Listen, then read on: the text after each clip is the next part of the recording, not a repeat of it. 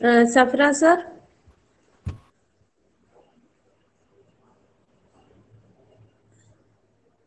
Sir കേൾക്കുന്നില്ലേ? Sir സഫ്ര sir.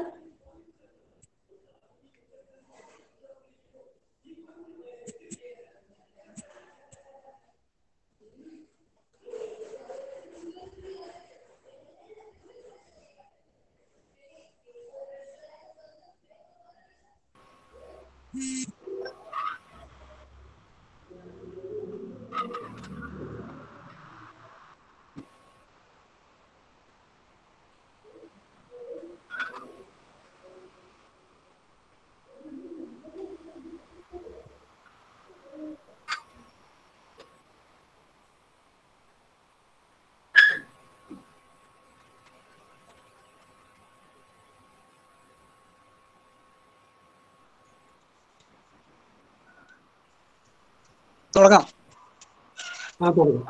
അല്ലെ മാഷെ? തുടങ്ങാലോ മാഷെ? നമസ്കാരം. എല്ലാവർക്കും നമസ്കാരം. കേരള സംസ്ഥാന ചലച്ചിത്ര അക്കാദമിയും Samoothiri Guruvayurappan college audio visual ക്ലബും ചേർന്ന് സംഘടിപ്പിക്കുന്ന ചലച്ചിത്ര സമീക്ഷ എന്ന ഈ വെബിനാർ പരമ്പരയിലേക്ക് എല്ലാവർക്കും സ്വാഗതം. നമ്മുടെ ഇന്നത്തെ വിഷയം റായ് സിനിമകളുടെ സഞ്ചാര വഴികൾ എന്നതാണ്. വിഖ്യാത ചലച്ചിത്രകാരൻ സത്യജിത് റായുടെ പതേർ പാഞ്ചാലി എന്ന സിനിമയെ മുൻനിർത്തിയാണ് ഇന്നത്തെ വിഷയം അവതരിപ്പിക്കപ്പെടുന്നത്. വിഷയം അവതരിപ്പിക്കുന്നത് മലയാളത്തിലെ, ഇന്ത്യൻ സിനിമയിലെ തന്നെ മികച്ച സിനിമാ നിരൂപകനും സിനിമാ നിരൂപണത്തിന് ദേശീയ പുരസ്കാരം നേടിയ വ്യക്തിത്വവുമായ നമുക്കൊക്കെ ഏവർക്കും പ്രിയങ്കരനായ ഐ ഷൺമുഖദാസ് മാഷാണ്. മലയാള ചലച്ചിത്ര നിരൂപണ രംഗത്തെ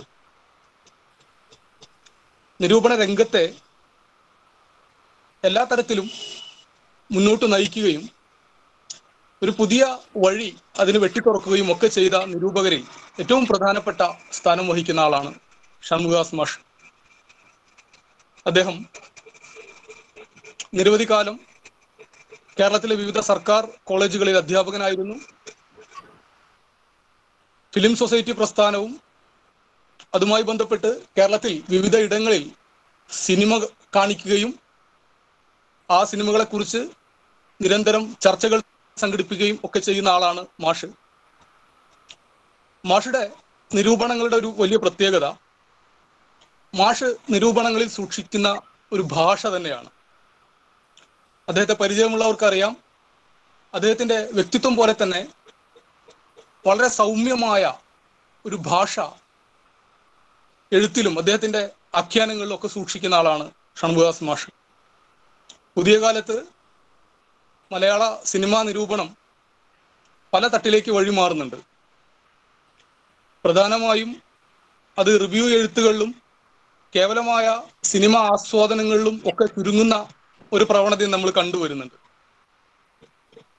അത്തരത്തിൽ സിനിമാ നിരൂപകർക്ക് തീർത്തും പഥ്യമല്ലാത്ത ഒരു വഴിയിൽ സിനിമയുടെ ഒരു കേവലമായ ആസ്വാദനം എന്നുള്ള തരത്തിലേക്കൊക്കെ നിരൂപണം മാറുമ്പോൾ അതിന് കൃത്യമായി മുന്നോട്ട് വെക്കാവുന്ന, കൃത്യമായി നിർദ്ദേശിക്കാവുന്ന മാതൃകകൾ ഷൺമുഖദാസ് സാറുടെ സിനിമാ നിരൂപണങ്ങളിൽ നമുക്ക് കാണാൻ പറ്റും. എത്ര ഗഹനമായ ഭാഷയാണ്, ഗഹനമായ ആഖ്യാനങ്ങളാണ് മാഷ് കൊണ്ടുവരുന്ന എഴുതുന്നത് എന്നും ഈ ആഖ്യാനങ്ങളിൽ തന്നെ അദ്ദേഹം സൂക്ഷിക്കുന്ന ഒരു ഭാഷ, അതിൻ്റെ ഒരു വിശാലത ഒക്കെ നമുക്ക് മനസ്സിലാക്കാൻ പറ്റും. പ്രത്യേകിച്ച് സത്യജിത് റായുടെ സിനിമകളെ കുറിച്ച് മാഷ് നിരന്തരം സംസാരിക്കുകയും എഴുതുകയും ഒക്കെ ചെയ്യുന്നത് കാണാറുണ്ട്. ഇപ്പോൾ മലകളിൽ മഞ്ഞു പെയ്യുന്നു എന്ന് പറയുന്ന പുസ്തകത്തിൽ അദ്ദേഹം പതേർ പാഞ്ചാലിയെ കുറിച്ച് വിശദമായി സംസാരിക്കുന്നുണ്ട്. അങ്ങനെയുള്ള മാഷുടെ പുസ്തകങ്ങളിൽ സിനിമയുടെ വഴിയിൽ എന്ന് പറയുന്ന പുസ്തകത്തിൽ അബുൻ സൻസാർ എന്ന് പറയുന്ന റായുടെ സിനിമയെക്കുറിച്ചും അതുപോലെ തന്നെ സഞ്ചാരിയുടെ വീട് എന്ന് പറയുന്ന പുസ്തകത്തിൽ റായുടെ മറ്റു സിനിമകളെ കുറിച്ചൊക്കെ വളരെ വിശദമായി തന്നെ മാഷ് സംസാരിക്കുന്നത് കാണാം.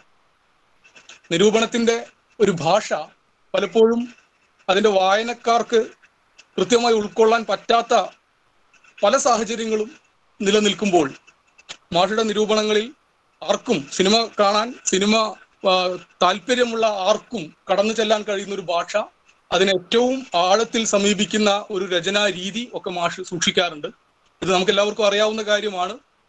അദ്ദേഹം ദീർഘകാലം പല കോളേജുകളിൽ ജോലി ചെയ്യുമ്പോൾ ലൈബ്രറിയൻ ആയിരുന്നു. അതുകൊണ്ട് തന്നെ കൃത്യമായ റെഫറൻസ് അദ്ദേഹത്തിന്റെ, നമ്മളൊക്കെ പലപ്പോഴും വായിക്കുമ്പോൾ കണ്ടുള്ളത് കൃത്യമായ റെഫറൻസ് അദ്ദേഹത്തിന്റെ ഈ സിനിമാ നിരൂപണങ്ങളിൽ കാണാൻ പറ്റും. നമുക്ക് അതിന്റെ ഒരു ഹൈപ്പർ ലിങ്കുകൾ പലപ്പോഴും കാണാൻ പറ്റും. അതിലേക്ക് പല പുസ്തകങ്ങളിലേക്കും പല സിനിമകളിലേക്കും ഒക്കെ കടന്നു ചെല്ലാൻ നമുക്ക് സാധിക്കും. ഇത്തരത്തിൽ മലയാള സിനിമയിൽ സത്യജിത് റായിയെ കുറിച്ച് പ്രത്യേകിച്ചും മറ്റു സിനിമകളെ കുറിച്ചൊക്കെ വളരെ വിശദമായും എഴുതിയ മാഷാണ്, ഷൺമുഖ മാഷാണ് ഈ വിഷയം അവതരിപ്പിക്കുന്നു എന്നുള്ളത് നമ്മളെ സംബന്ധിച്ച് ഏറ്റവും പ്രധാനപ്പെട്ട കാര്യമാണ്.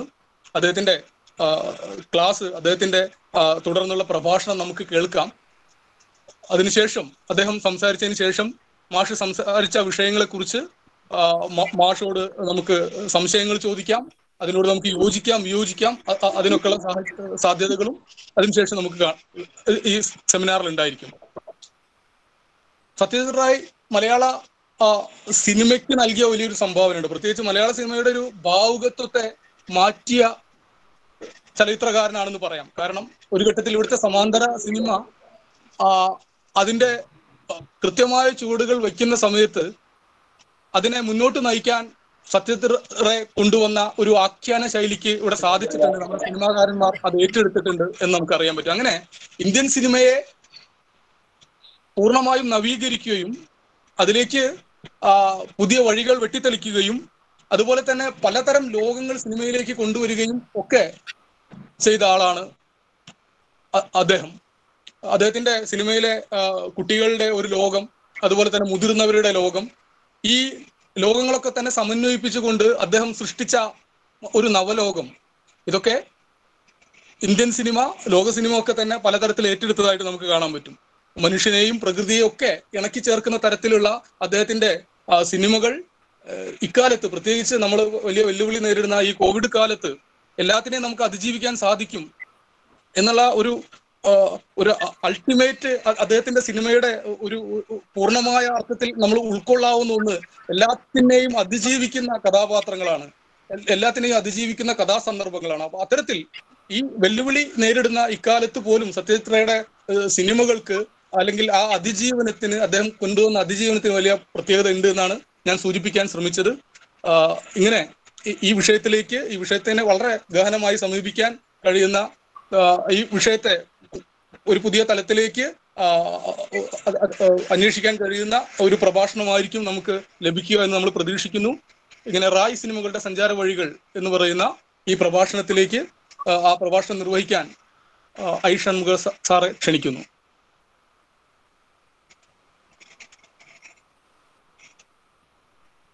തുടങ്ങാമോ മാഷെ? സംസാരിക്കാം മാഷെ. നല്ല വാക്കുകൾക്ക് സുഹൃത്ത് സുബ്രാത്തനിക്ക് അദ്ദേഹത്തിന് നന്ദി പറയണം.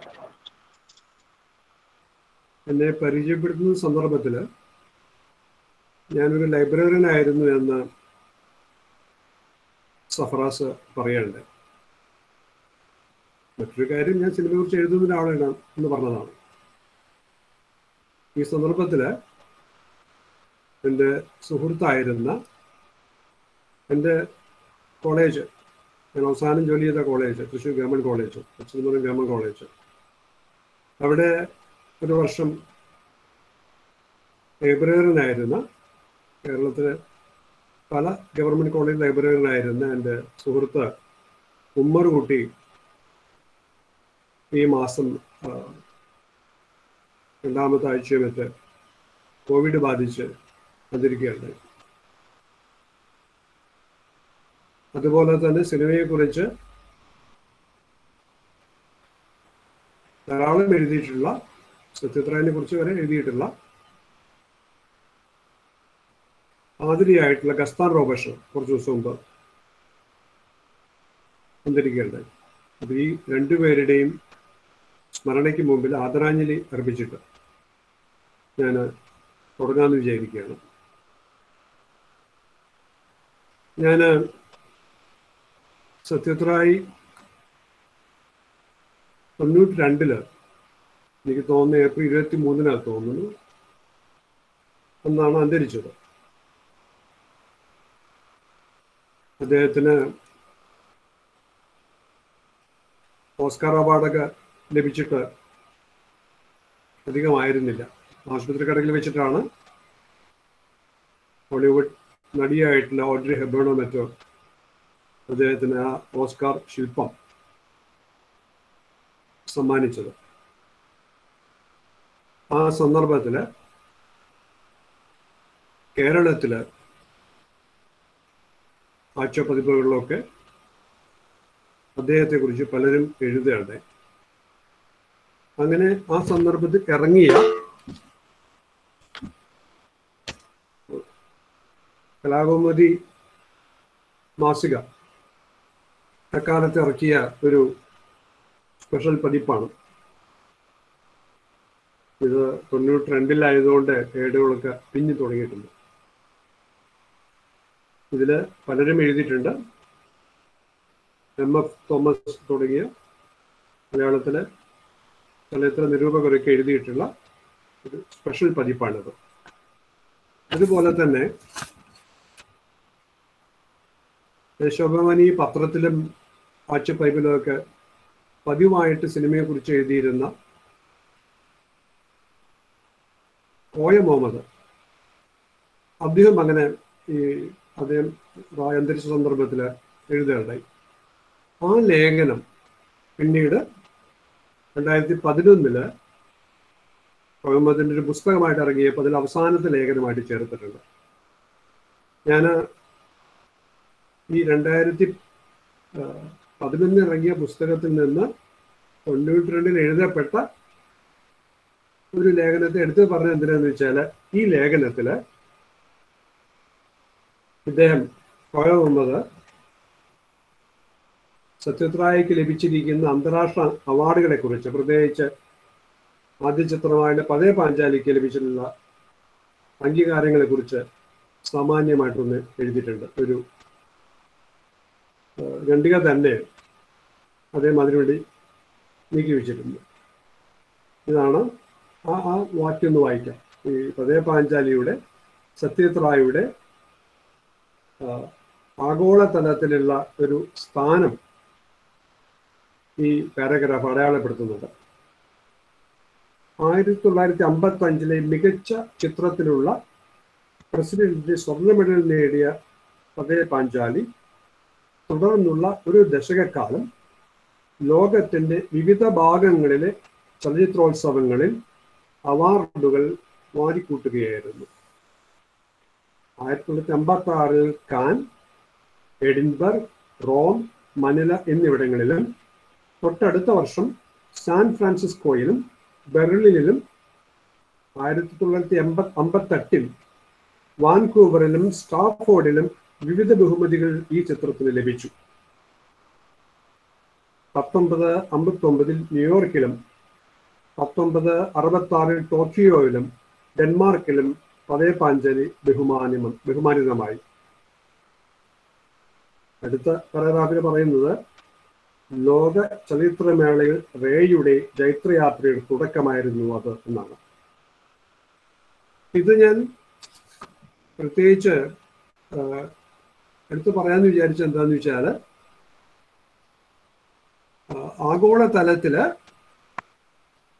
സിനിമയുടെ ചരിത്രത്തിൽ ഇന്ത്യയെ അടയാളപ്പെടുത്തിയിട്ടുള്ള സംവിധായകനാണ് സത്യത്രായ് എന്ന് പറയാൻ വേണ്ടിയിട്ടാണ്.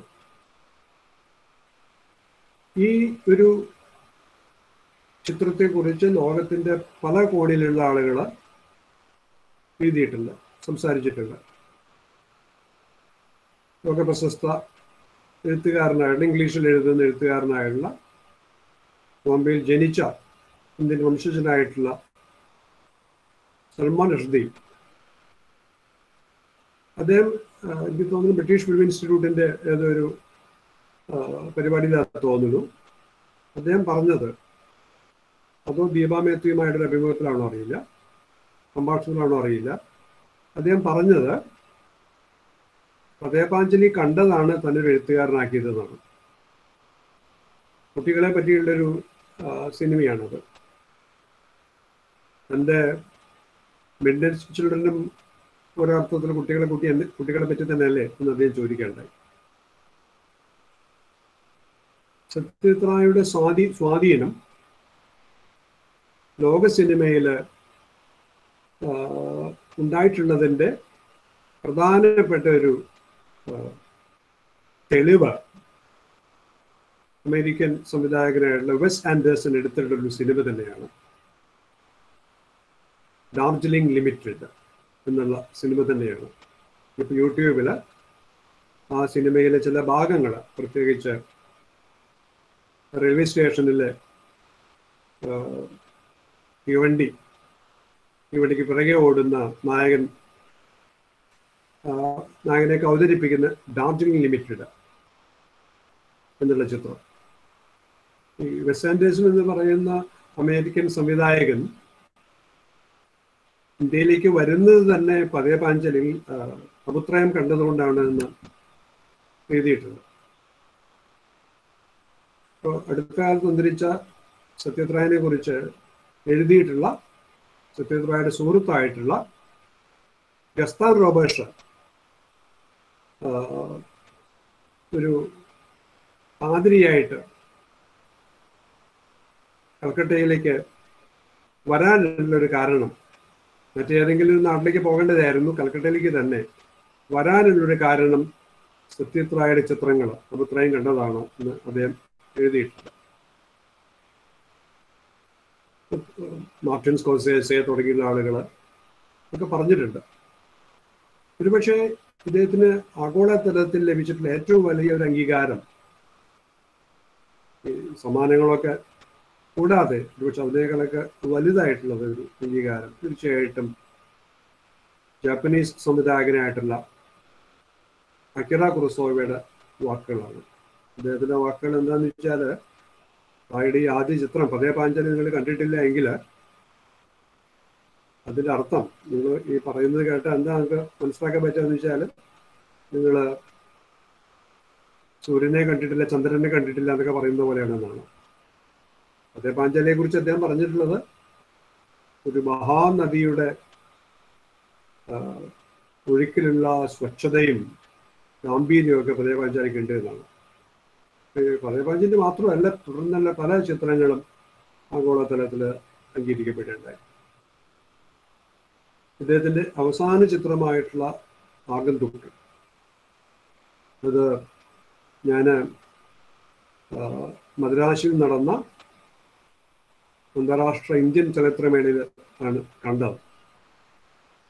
ആ സിനിമ ഞാൻ കണ്ടിട്ട് പിന്നെ ഏതാനും മാസങ്ങൾക്കുള്ളിൽ സത്യജിത് റായ് അന്തരിക്കുകയുണ്ടായി.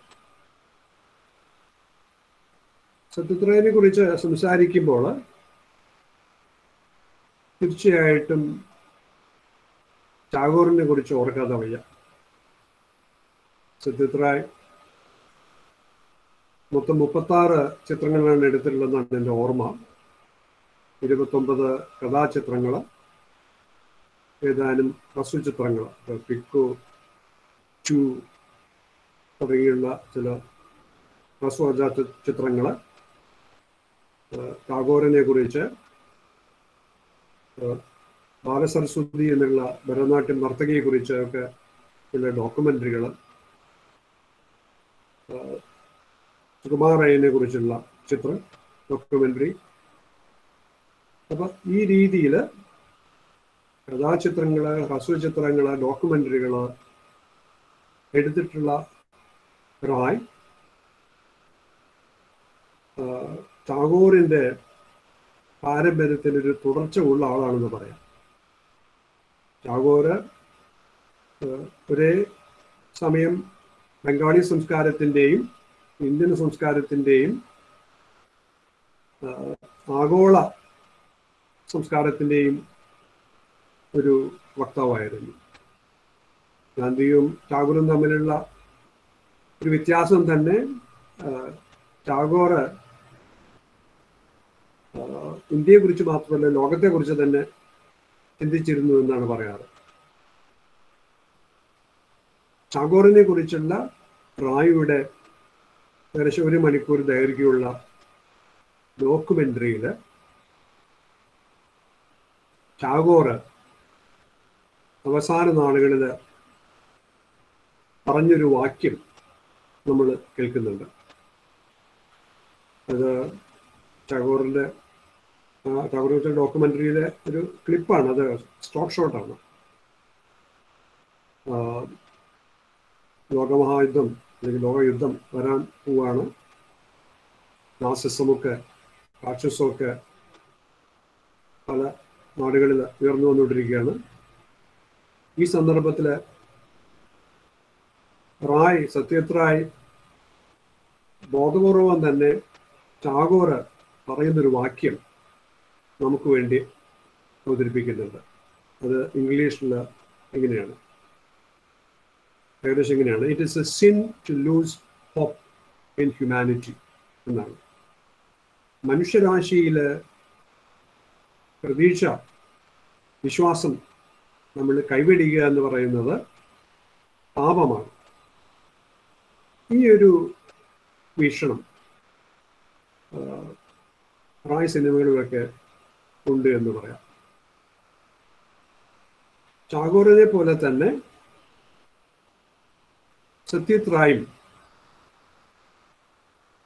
പല മേഖലകളിൽ പ്രവർത്തിച്ച് വിജയം നേടിയിട്ടുള്ള ഒരാളാണ് കലയുടെ വിവിധ മണ്ഡലങ്ങളിൽ. റായ് എന്നുള്ള സത്യജിത് റായ് എന്നുള്ള പേര് പറയുമ്പോൾ, ടാഗോർ എന്ന പേര് പറയുമ്പോൾ ഉപയോഗിച്ചിരുന്ന പോലെ തന്നെ ഇംഗ്ലീഷിലുള്ള പ്രയോഗം നമ്മൾ ഓർക്കും. പണ്ട് ടാഗോറിൻ്റെ കഥകൾ പഠിക്കുന്ന സന്ദർഭത്തിൽ, പഠിപ്പിച്ചിരുന്ന സന്ദർഭത്തിൽ വേഴ്സറ്റൈൽ ജീനിയസ് എന്നൊരു പ്രയോഗം ഇംഗ്ലീഷിൽ ഉണ്ടായിരുന്നു. മലയാളത്തിൽ അപ്പോൾ തന്നെ ബഹുമുഖ പ്രതിഭ എന്നാണ് പറയാം. അത്തരത്തിലൊരു ബഹുമുഖ പ്രതിഭയാണ് സത്യജിത് റായ്. സത്യജിത് റായ് ചിത്രകാരനായിരുന്നു. ടാഗോറിൻ്റെ ശാന്തി നികേതനിൽ കുറച്ചു കാലം ചിത്രകല പഠിക്കാൻ അദ്ദേഹം പോയിട്ടുണ്ട്. പിന്നെ അത് വേണ്ടാന്ന് വെച്ചിട്ടാണ്, അത് പൂർത്തിയാക്കാതെയാണ് അദ്ദേഹം കൽക്കട്ടയിലേക്ക് തിരിച്ചു പോയത്. അതേപോലെ ടാഗോർ അവസാന കാലഘട്ടങ്ങളിൽ ചിത്രം വരച്ചിരുന്നു. സത്യജിത് റായ് തൻ്റെ ചിത്രങ്ങളിലൊക്കെ അതിലുള്ള വരയും എഴുത്തും ഒക്കെ അദ്ദേഹം തന്നെ നിർവഹിച്ചിട്ടുള്ളത്. ചിത്രകാരനായ റായ്. മറ്റൊരു തലം ടാഗോറിനെ പോലെ തന്നെ സംഗീതത്തിൻ്റെ ഒരു മേഖലയിൽ സത്യജിത് റായ്ക്കുള്ള താല്പര്യമാണ്. ഒരുപക്ഷെ സാഹിത്യത്തെക്കാൾ കൂടുതൽ സത്യജിത് റായ് സ്നേഹിച്ചിരുന്ന സംഗീതമാണോ എന്ന് നമുക്ക് തോന്നാം. അദ്ദേഹത്തിൻ്റെ ആദ്യത്തെ ഏതാനും ചിത്രങ്ങളിൽ മികച്ച ലോകപ്രസിദ്ധരായിട്ടുള്ള ഇന്ത്യൻ സംഗീത സംവിധായകരാണ്, സംഗീതജ്ഞരാണ് സംഗീത സംഗീതം നിർവഹിച്ചിട്ടുള്ളത്. എന്നാൽ ഒരു ഘട്ടം മുതൽ ടാഗോറിൻ്റെ തീം കന്യ എന്നുള്ള സിനിമ സംവിധാനം ചെയ്ത ഘട്ടം തൊട്ട് റായ് തൻ്റെ ചിത്രങ്ങളുടെ സംഗീതവും സംവിധാനം ചെയ്തു തുടങ്ങി. അതുകൂടാതെ ഈ പുസ്തകങ്ങൾ ഡിസൈൻ ചെയ്യുന്നതിൽ അദ്ദേഹത്തിൻ്റെ ഒരു വൈദഗ്ധ്യം പ്രകടമായിരുന്നു എന്നാണ് പറയുന്നത്. വിൽസ് സിഗരറ്റിൻ്റെ കൂട് അത് ഡിസൈൻ ചെയ്തിട്ടുള്ളത് സത്യജിത് റായാണ് എന്ന് പണ്ടെവിടെയോ വായിച്ചിട്ടുണ്ട്. മറ്റൊരു കാര്യം, ഈ പറയുന്നതിന് ചെറിയ ഓർമ്മത്തിലുകൾ ഉണ്ടാവാം. കേന്ദ്ര സാഹിത്യ അക്കാദമിയുടെ ലോഗോ, വിളക്കിൻ്റെ ഒരു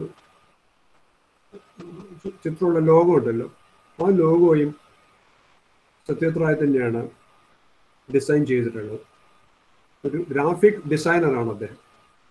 അദ്ദേഹത്തിൻ്റെ ചിത്രങ്ങളുടെ പല പോസ്റ്ററുകളും അദ്ദേഹം തന്നെയാണ് ഡിസൈൻ ചെയ്തിട്ടുള്ളത്.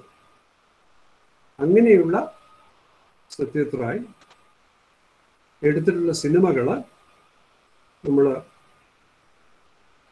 ഇപ്പോൾ കാണുമ്പോൾ അവയുടെ വൈവിധ്യം നമ്മളെ ആകർഷിക്കാതിരിക്കില്ല. അദ്ദേഹം മ്യൂസിക്കൽ എടുത്തിട്ടുണ്ട്. ഗോപി ഗായനെ, ബാഗാബായിനെ ഒക്കെ മ്യൂസിക്കലാണ്. ജൽസാഗർ സത്യത്തിൽ അദ്ദേഹം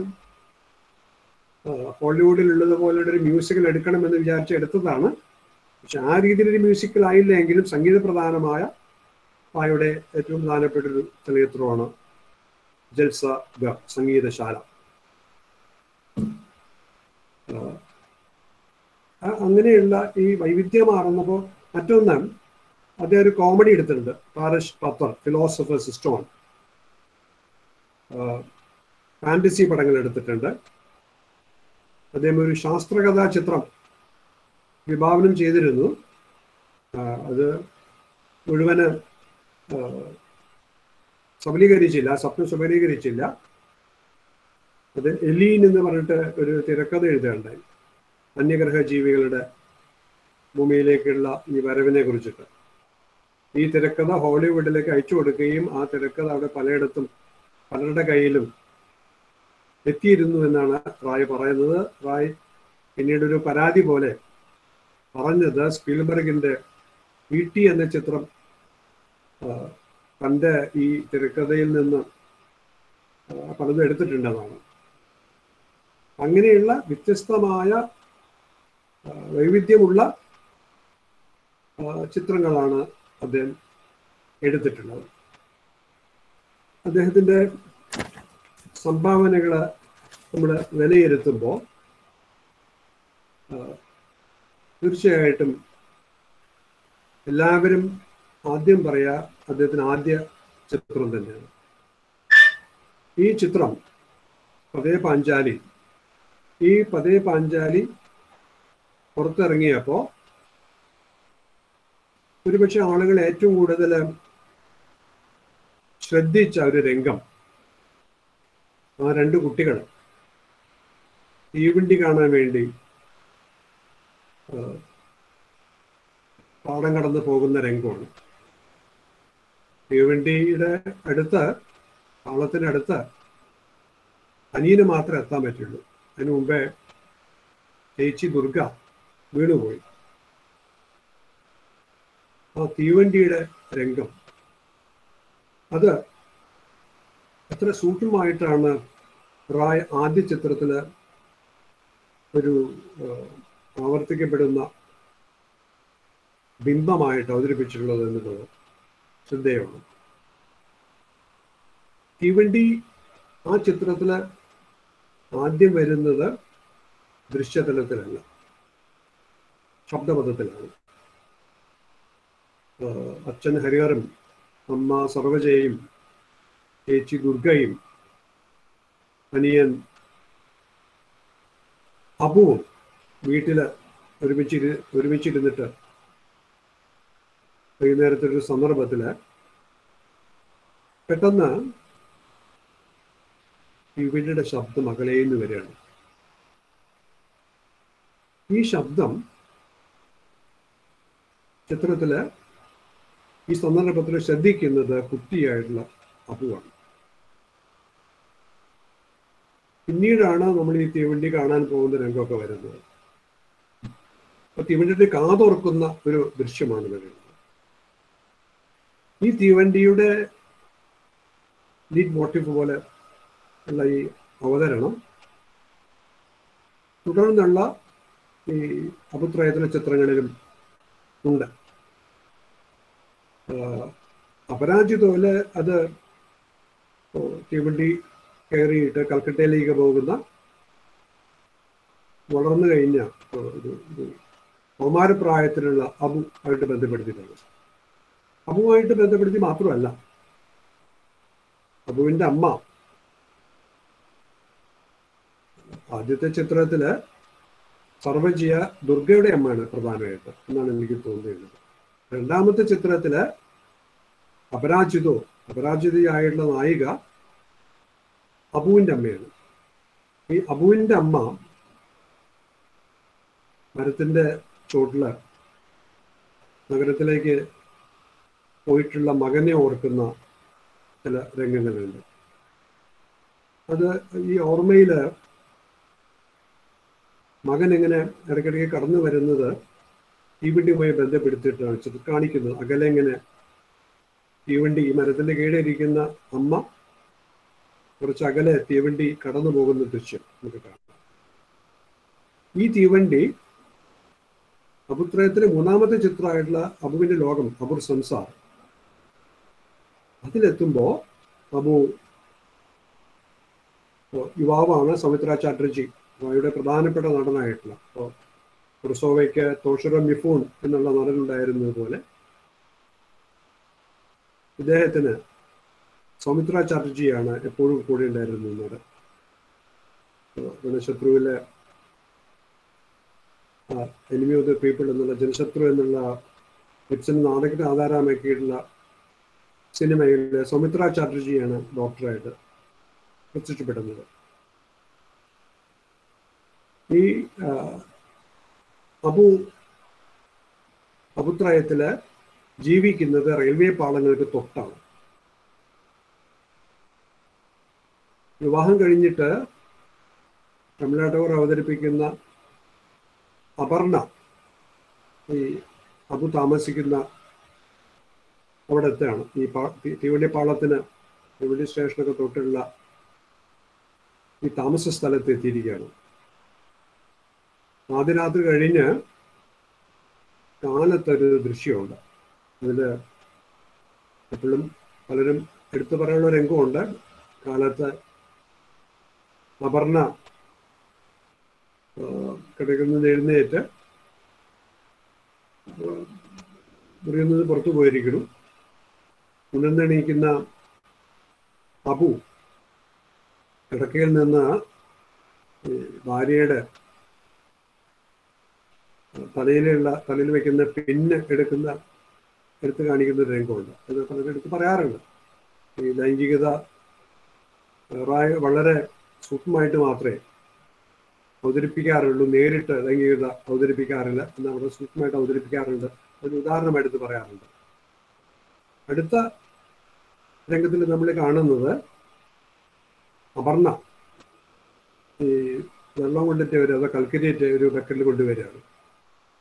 ഈ സന്ദർഭത്തിൽ തീവണ്ടിപ്പാളത്ത് കൂടെ ഒരു തീവണ്ടി വരുന്നത് നമ്മൾ കാണുന്നത്.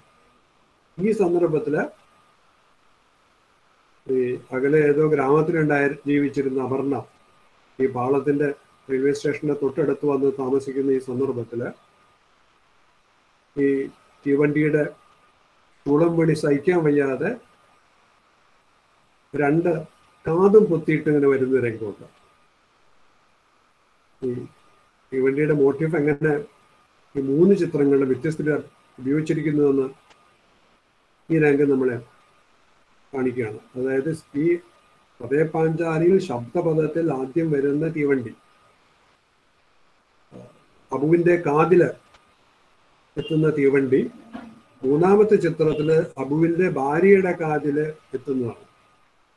The arrival of the train ലോകസിന്റെ ചരിത്രത്തിലെ ആദ്യത്തെ സിനിമകളിൽ ഒന്ന്. ആദ്യത്തെ പൊതുപ്രദർശനത്തിൽ വന്ന സിനിമ എന്ന നിലയ്ക്ക് 1995 ലോകം മുഴുവൻ സിനിമയുടെ 100ാം പിറന്നാൾ ആഘോഷിക്കുകയുണ്ടായി. അങ്ങനെയുള്ള ഈ ഇവരുടെ വരവ്, അറൈവൽ ഓഫ് ദി ട്രെയിൻ ഒരു ദൃശ്യമാണ് അതിലുള്ളത്. സ്റ്റേഷനിലേക്ക് വരുന്നൊരു തീവണ്ടിയുടെ ശബ്ദം. അദ്ദേഹത്തിന്റെ അവസാനത്തെ ചിത്രം ആഗന്തുക്ക്, അവരുടെ അവസാന ചിത്രമായിട്ടുള്ള ആഗന്തുക്ക് തുടങ്ങുന്നത് തന്നെ തീവണ്ടിയായിട്ട് ബന്ധപ്പെട്ടുള്ള ഒരു രംഗത്തിലാണ്. തീവണ്ടി വളരെ പ്രധാനമുള്ളതിൽ അതിലൊരു പ്രത്യേക സന്ദർഭത്തില് ഇതുപോലെ തന്നെ മനോമോഹൻ മിത്ര എന്ന ലോകസഞ്ചാരി കൽക്കട്ടയിൽ എത്തുന്നത് കാണിക്കുന്നൊരു ഭാഗമുണ്ട്. അപ്പൊ മുകളിൽ നിന്ന് ക്യാമറ തീവണ്ടി ഇങ്ങനെ സ്റ്റേഷനിലേക്ക് അടുക്കുന്ന ഒരു രംഗം കാണിക്കുന്നുണ്ട്. ലോക സിനിമയുടെ ചരിത്രവുമായിട്ട് എങ്ങനെ റായുടെ ഈ തീവണ്ടി ബന്ധപ്പെട്ടിരിക്കുന്നു എന്ന് മാത്രമല്ല, റായുടെ മൊത്തം ചലച്ചിത്ര ജീവിതത്തിൽ നിന്ന് തീവണ്ടി അങ്ങനെ വന്നിരിക്കുന്നു എന്ന് ഈ രംഗം നമ്മുടെ മുമ്പിലൊരു തെളിവായിട്ട് വരുന്നു. ഒരു ചിത്രം ഉടനീളം തീവണ്ടി തന്നെയായിട്ട് അദ്ദേഹം എടുക്കുകയുണ്ടായി. അത് ഒരു ബംഗാളി സിനിമയിൽ ഒരു താരമായിരുന്ന ഉത്തം കുമാർ, നമ്മുടെ മലയാളത്തില് മമ്മൂട്ടിയോ മോഹൻലാലോ ഫഹദോ ഒക്കെ പോലെ ബംഗാളി സിനിമ താരമായിരുന്നു ഉത്തം കുമാർ. ഉത്തം കുമാറിനെ നായകനാക്കിയിട്ട് നായക് എന്ന പേരിൽ അദ്ദേഹം ഒരു സിനിമ എടുക്കുകയുണ്ടായി. നായക് എന്ന സിനിമയുടെ ഏതാനും രംഗങ്ങൾ ഒഴിച്ചു നിർത്തിയാൽ ഉടനീളം തീവണ്ടി തന്നെയാണ് ആ സിനിമയുടെ പ്രത്യേകത. പതേ പാഞ്ചാലിയുടെ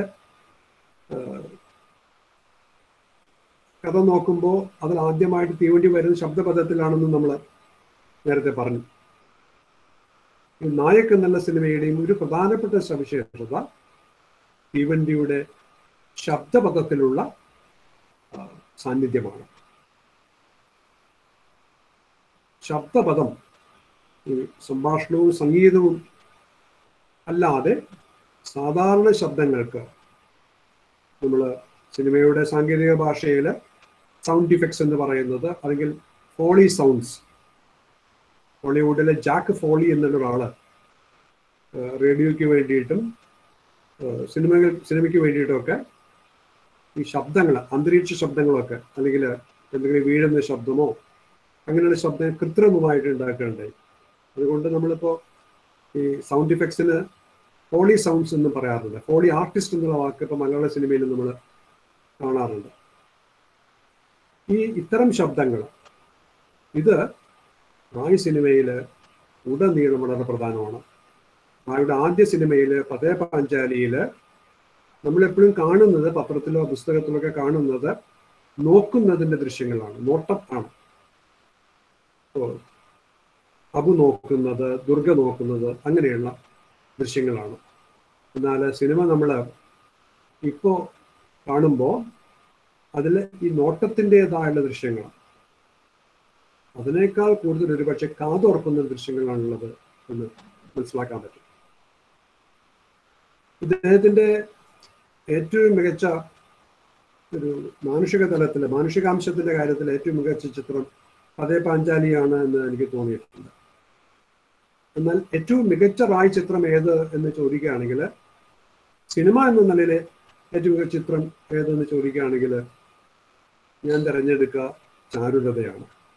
വിഭൂതിഭൂഷന്റെ നോവലിനെ ആധാരമാക്കിയിട്ട് ബംഗാളിലെ ഒരു ഗ്രാമത്തെ, അല്ലെങ്കിൽ ഒരു ഇന്ത്യൻ ഗ്രാമത്തെ തന്നെ അവതരിപ്പിച്ച സത്യജിത് റായ് ചാരുലതയില്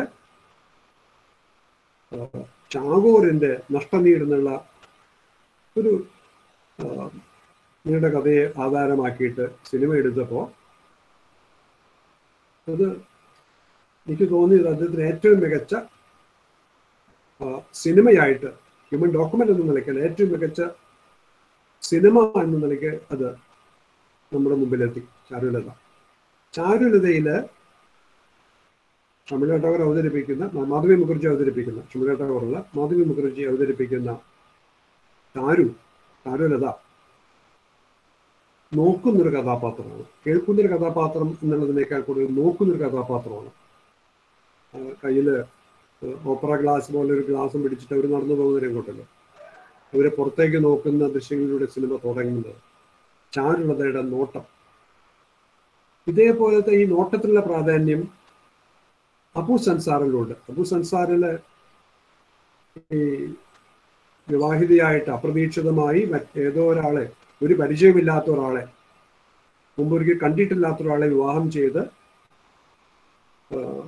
നഗരത്തിലെ എത്തിയില്ല ഷമില ടാഗോർ തീയുടെ ശബ്ദം കേട്ട് കാത് പൊത്തുന്നത് നമ്മൾ ഓർക്കുന്നുണ്ട്. ഇപ്പോൾ അതിൽ ഏറ്റവും പ്രധാനപ്പെട്ട ഒരു ദൃശ്യം എന്താണെന്ന് ചോദിക്കുകയാണെങ്കിൽ, അതിൽ ഈ സ്ഥലത്തെത്തിയിട്ട്, നഗരത്തിലെത്തിയിട്ട് അപ്രതീക്ഷിതമായ ആള് മാറിയിട്ടുള്ള വിവാഹത്തില് ആകെ പകച്ചിട്ട് നഗരത്തിലെത്തിയ പകപ്പുണ്ട്, ഇതേവരെ കണ്ടിട്ടില്ലാത്ത ഒരാളെ കല്യാണം കഴിച്ചത് പകപ്പുണ്ട്. അങ്ങനെയുള്ള ചാരുലത കാലത്ത് ഊണിന് ശേഷം മറ്റെപ്പോഴൊരു സന്ദർഭത്തിൽ കരയുന്നൊരു രംഗമുണ്ട്. മുറിയിൽ ഇരുന്ന് കരയാണ്. ആ മാറ്റത്തിലുള്ള അസ്വസ്ഥതകളൊക്കെ ഉള്ളതുകൊണ്ടായിരിക്കാം, അപ്രതീക്ഷിതമായിട്ടുള്ള മാറ്റം കൊണ്ടുള്ള അതൊക്കെ ആയിരിക്കാം. അപ്പോൾ അവരുടെ ജീവിതത്തിലേക്ക് തിരിച്ചു വരുന്ന ഒരു രംഗം ഈ സിനിമയിലുണ്ട്. അത് നോട്ടത്തിൻ്റെ ഒരു രംഗമാണ്. അത് അപർണ ജനലിലൂടെ വന്ന് നിൽക്കുകയാണ്. ഈ ജനലാണ് എങ്കിൽ ജനാല എന്ന് പറയാനായിട്ടുള്ളതൊരു ചാക്ക് കീറാണ്. ഈ ചാക്ക് കീറിൻ്റെ നടുവിലായിട്ട് ഒരു തുളയുണ്ട്. ഈ ഇതിലൂടെ അപർണ വെറുതെ പുറത്തേക്ക് നോക്കിക്കൊണ്ടിരിക്കുകയാണ്. നോക്കിയതാണ് അവര്. അപ്പോഴാണ് അവര് ചില കാഴ്ചകൾ കാണുന്നത്. അതിലൊരു കാഴ്ച ഒരു അമ്മ കുട്ടിയെടുക്കുന്ന ഒരു കാഴ്ചയാണ്. ഈ കാഴ്ച കാണുന്നതിന് അങ്ങനെയാണ് ഇവര് ഈ അബുവുമായുള്ള വിവാഹ ജീവിതവുമായിട്ട് ഈ കൽക്കത്ത നഗരത്തിലുള്ള ജീവിതമായിട്ടൊക്കെ പൊരുത്തപ്പെടുന്നത്. അപ്പോൾ ശബ്ദപദം അത് കാതോർക്കുന്ന ദൃശ്യങ്ങൾ, അതുപോലെ തന്നെ നോട്ടം, അതും ഈ സിനിമകളിലൊക്കെ ഉണ്ട്. പ്രത്യേകിച്ച് ചാരുലതയിൽ ഉണ്ട്. റായുടെ അടുത്ത കാലത്ത് ആളുകൾ വളരെ ശ്രദ്ധയോടുകൂടി കണ്ടുകൊണ്ടിരിക്കുന്ന, സംസാരിച്ചു കൊണ്ടിരിക്കുന്ന ഒരു ചിത്രം ദേവിയാണ്. അബു സംസാറിലാണ് ഷംല ടാഗോർ ആദ്യമായിട്ട് അഭിനയിക്കുന്നത്. ഈ ഷംല ടാഗോർ തന്നെയാണ് ദേവിയിലെ നായിക. ദയാമയി എന്ന് പറയുന്ന ഒരു പെൺകുട്ടിയാണ്. ഈ ദയാമയിയെ ആളുകളെല്ലാവരും മായിയായിട്ട്, അമ്മയായിട്ട് കാണുകയാണ്. അതാണ് ആ ദേവി എന്നുള്ള സിനിമ അവതരിപ്പിക്കുന്നത്. റായ് പറഞ്ഞിട്ടുള്ളത്, അത് ഇറങ്ങിയ സന്ദർഭത്തിൽ കുറച്ച് ഒച്ചപ്പാടൊക്കെ ഉണ്ടായി. റായ് പറഞ്ഞത് അത് ഹിന്ദു മതത്തിനെതിരായിട്ട് ഞാനെടുത്ത ഒരു ചിത്രമല്ല, ഞാനത് അന്ധവിശ്വാസങ്ങൾക്കെതിരെയാണ് എടുത്തിട്ടുള്ളത് എന്നാണ് പറഞ്ഞിട്ടുള്ളത്.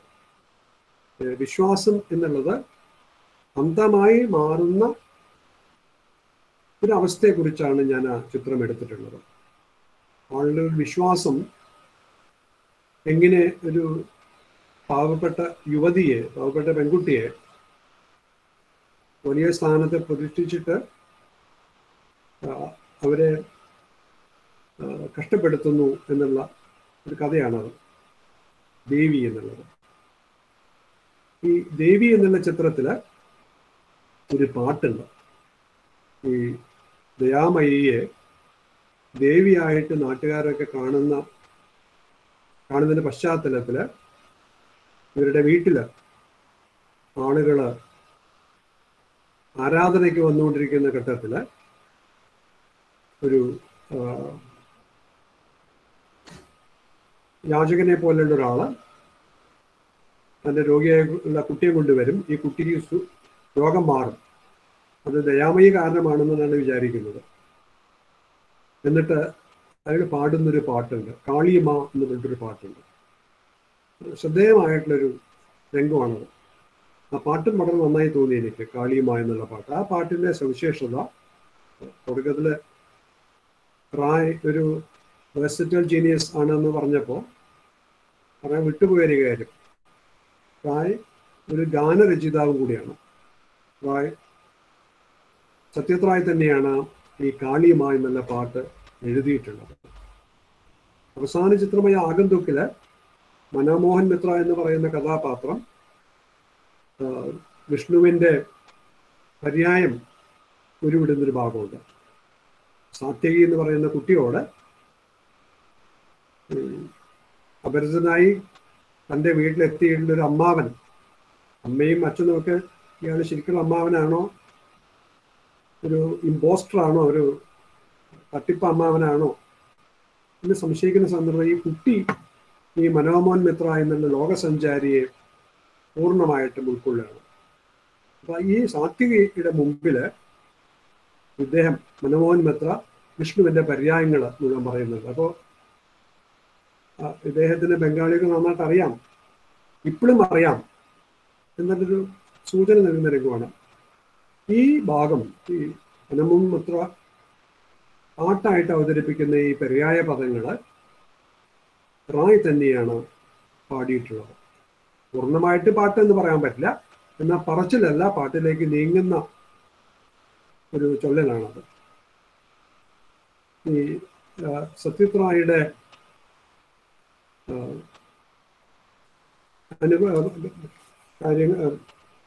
സിനിമകളിൽ ആദ്യ സിനിമ ബുദ്ധൻ പറഞ്ഞിട്ടുള്ള ദുഃഖങ്ങൾ മുഴുവൻ അവതരിപ്പിക്കുന്ന ഒരു ചിത്രമാണ്. ദാരിദ്ര്യം, രോഗം, വാർദ്ധക്യം, മരണം, ഇത് മുഴുവൻ അവതരിപ്പിക്കുന്ന ചിത്രമാണ് ആദ്യ ചിത്രം. അപ്പൊ ഈ ചിത്രം ഇറങ്ങിയപ്പോൾ അതേ സന്ദർഭത്തിലാണ് നർഗീസ് ദത്തിന്റെ മദർ ഇന്ത്യ ഇറങ്ങിയത്. അപ്പോൾ നർഗീസ് നായികയായിട്ടുള്ള മദർ ഇന്ത്യ ഇറങ്ങിയത്. നർഗീസ് ദത്ത് അക്കാലത്ത് രാജ്യസഭയിൽ അംഗമായിരുന്നു. അപ്പൊ ഇവര് ഈ സത്യജിത് റായ് ചെയ്യുന്നത് ഇന്ത്യയിലെ ദാരിദ്ര്യം പുറം ലോകത്തേക്ക് കയറ്റി അയക്കുകയാണ് എന്നിട്ട് പറയേണ്ടത്. ഈ ഒരു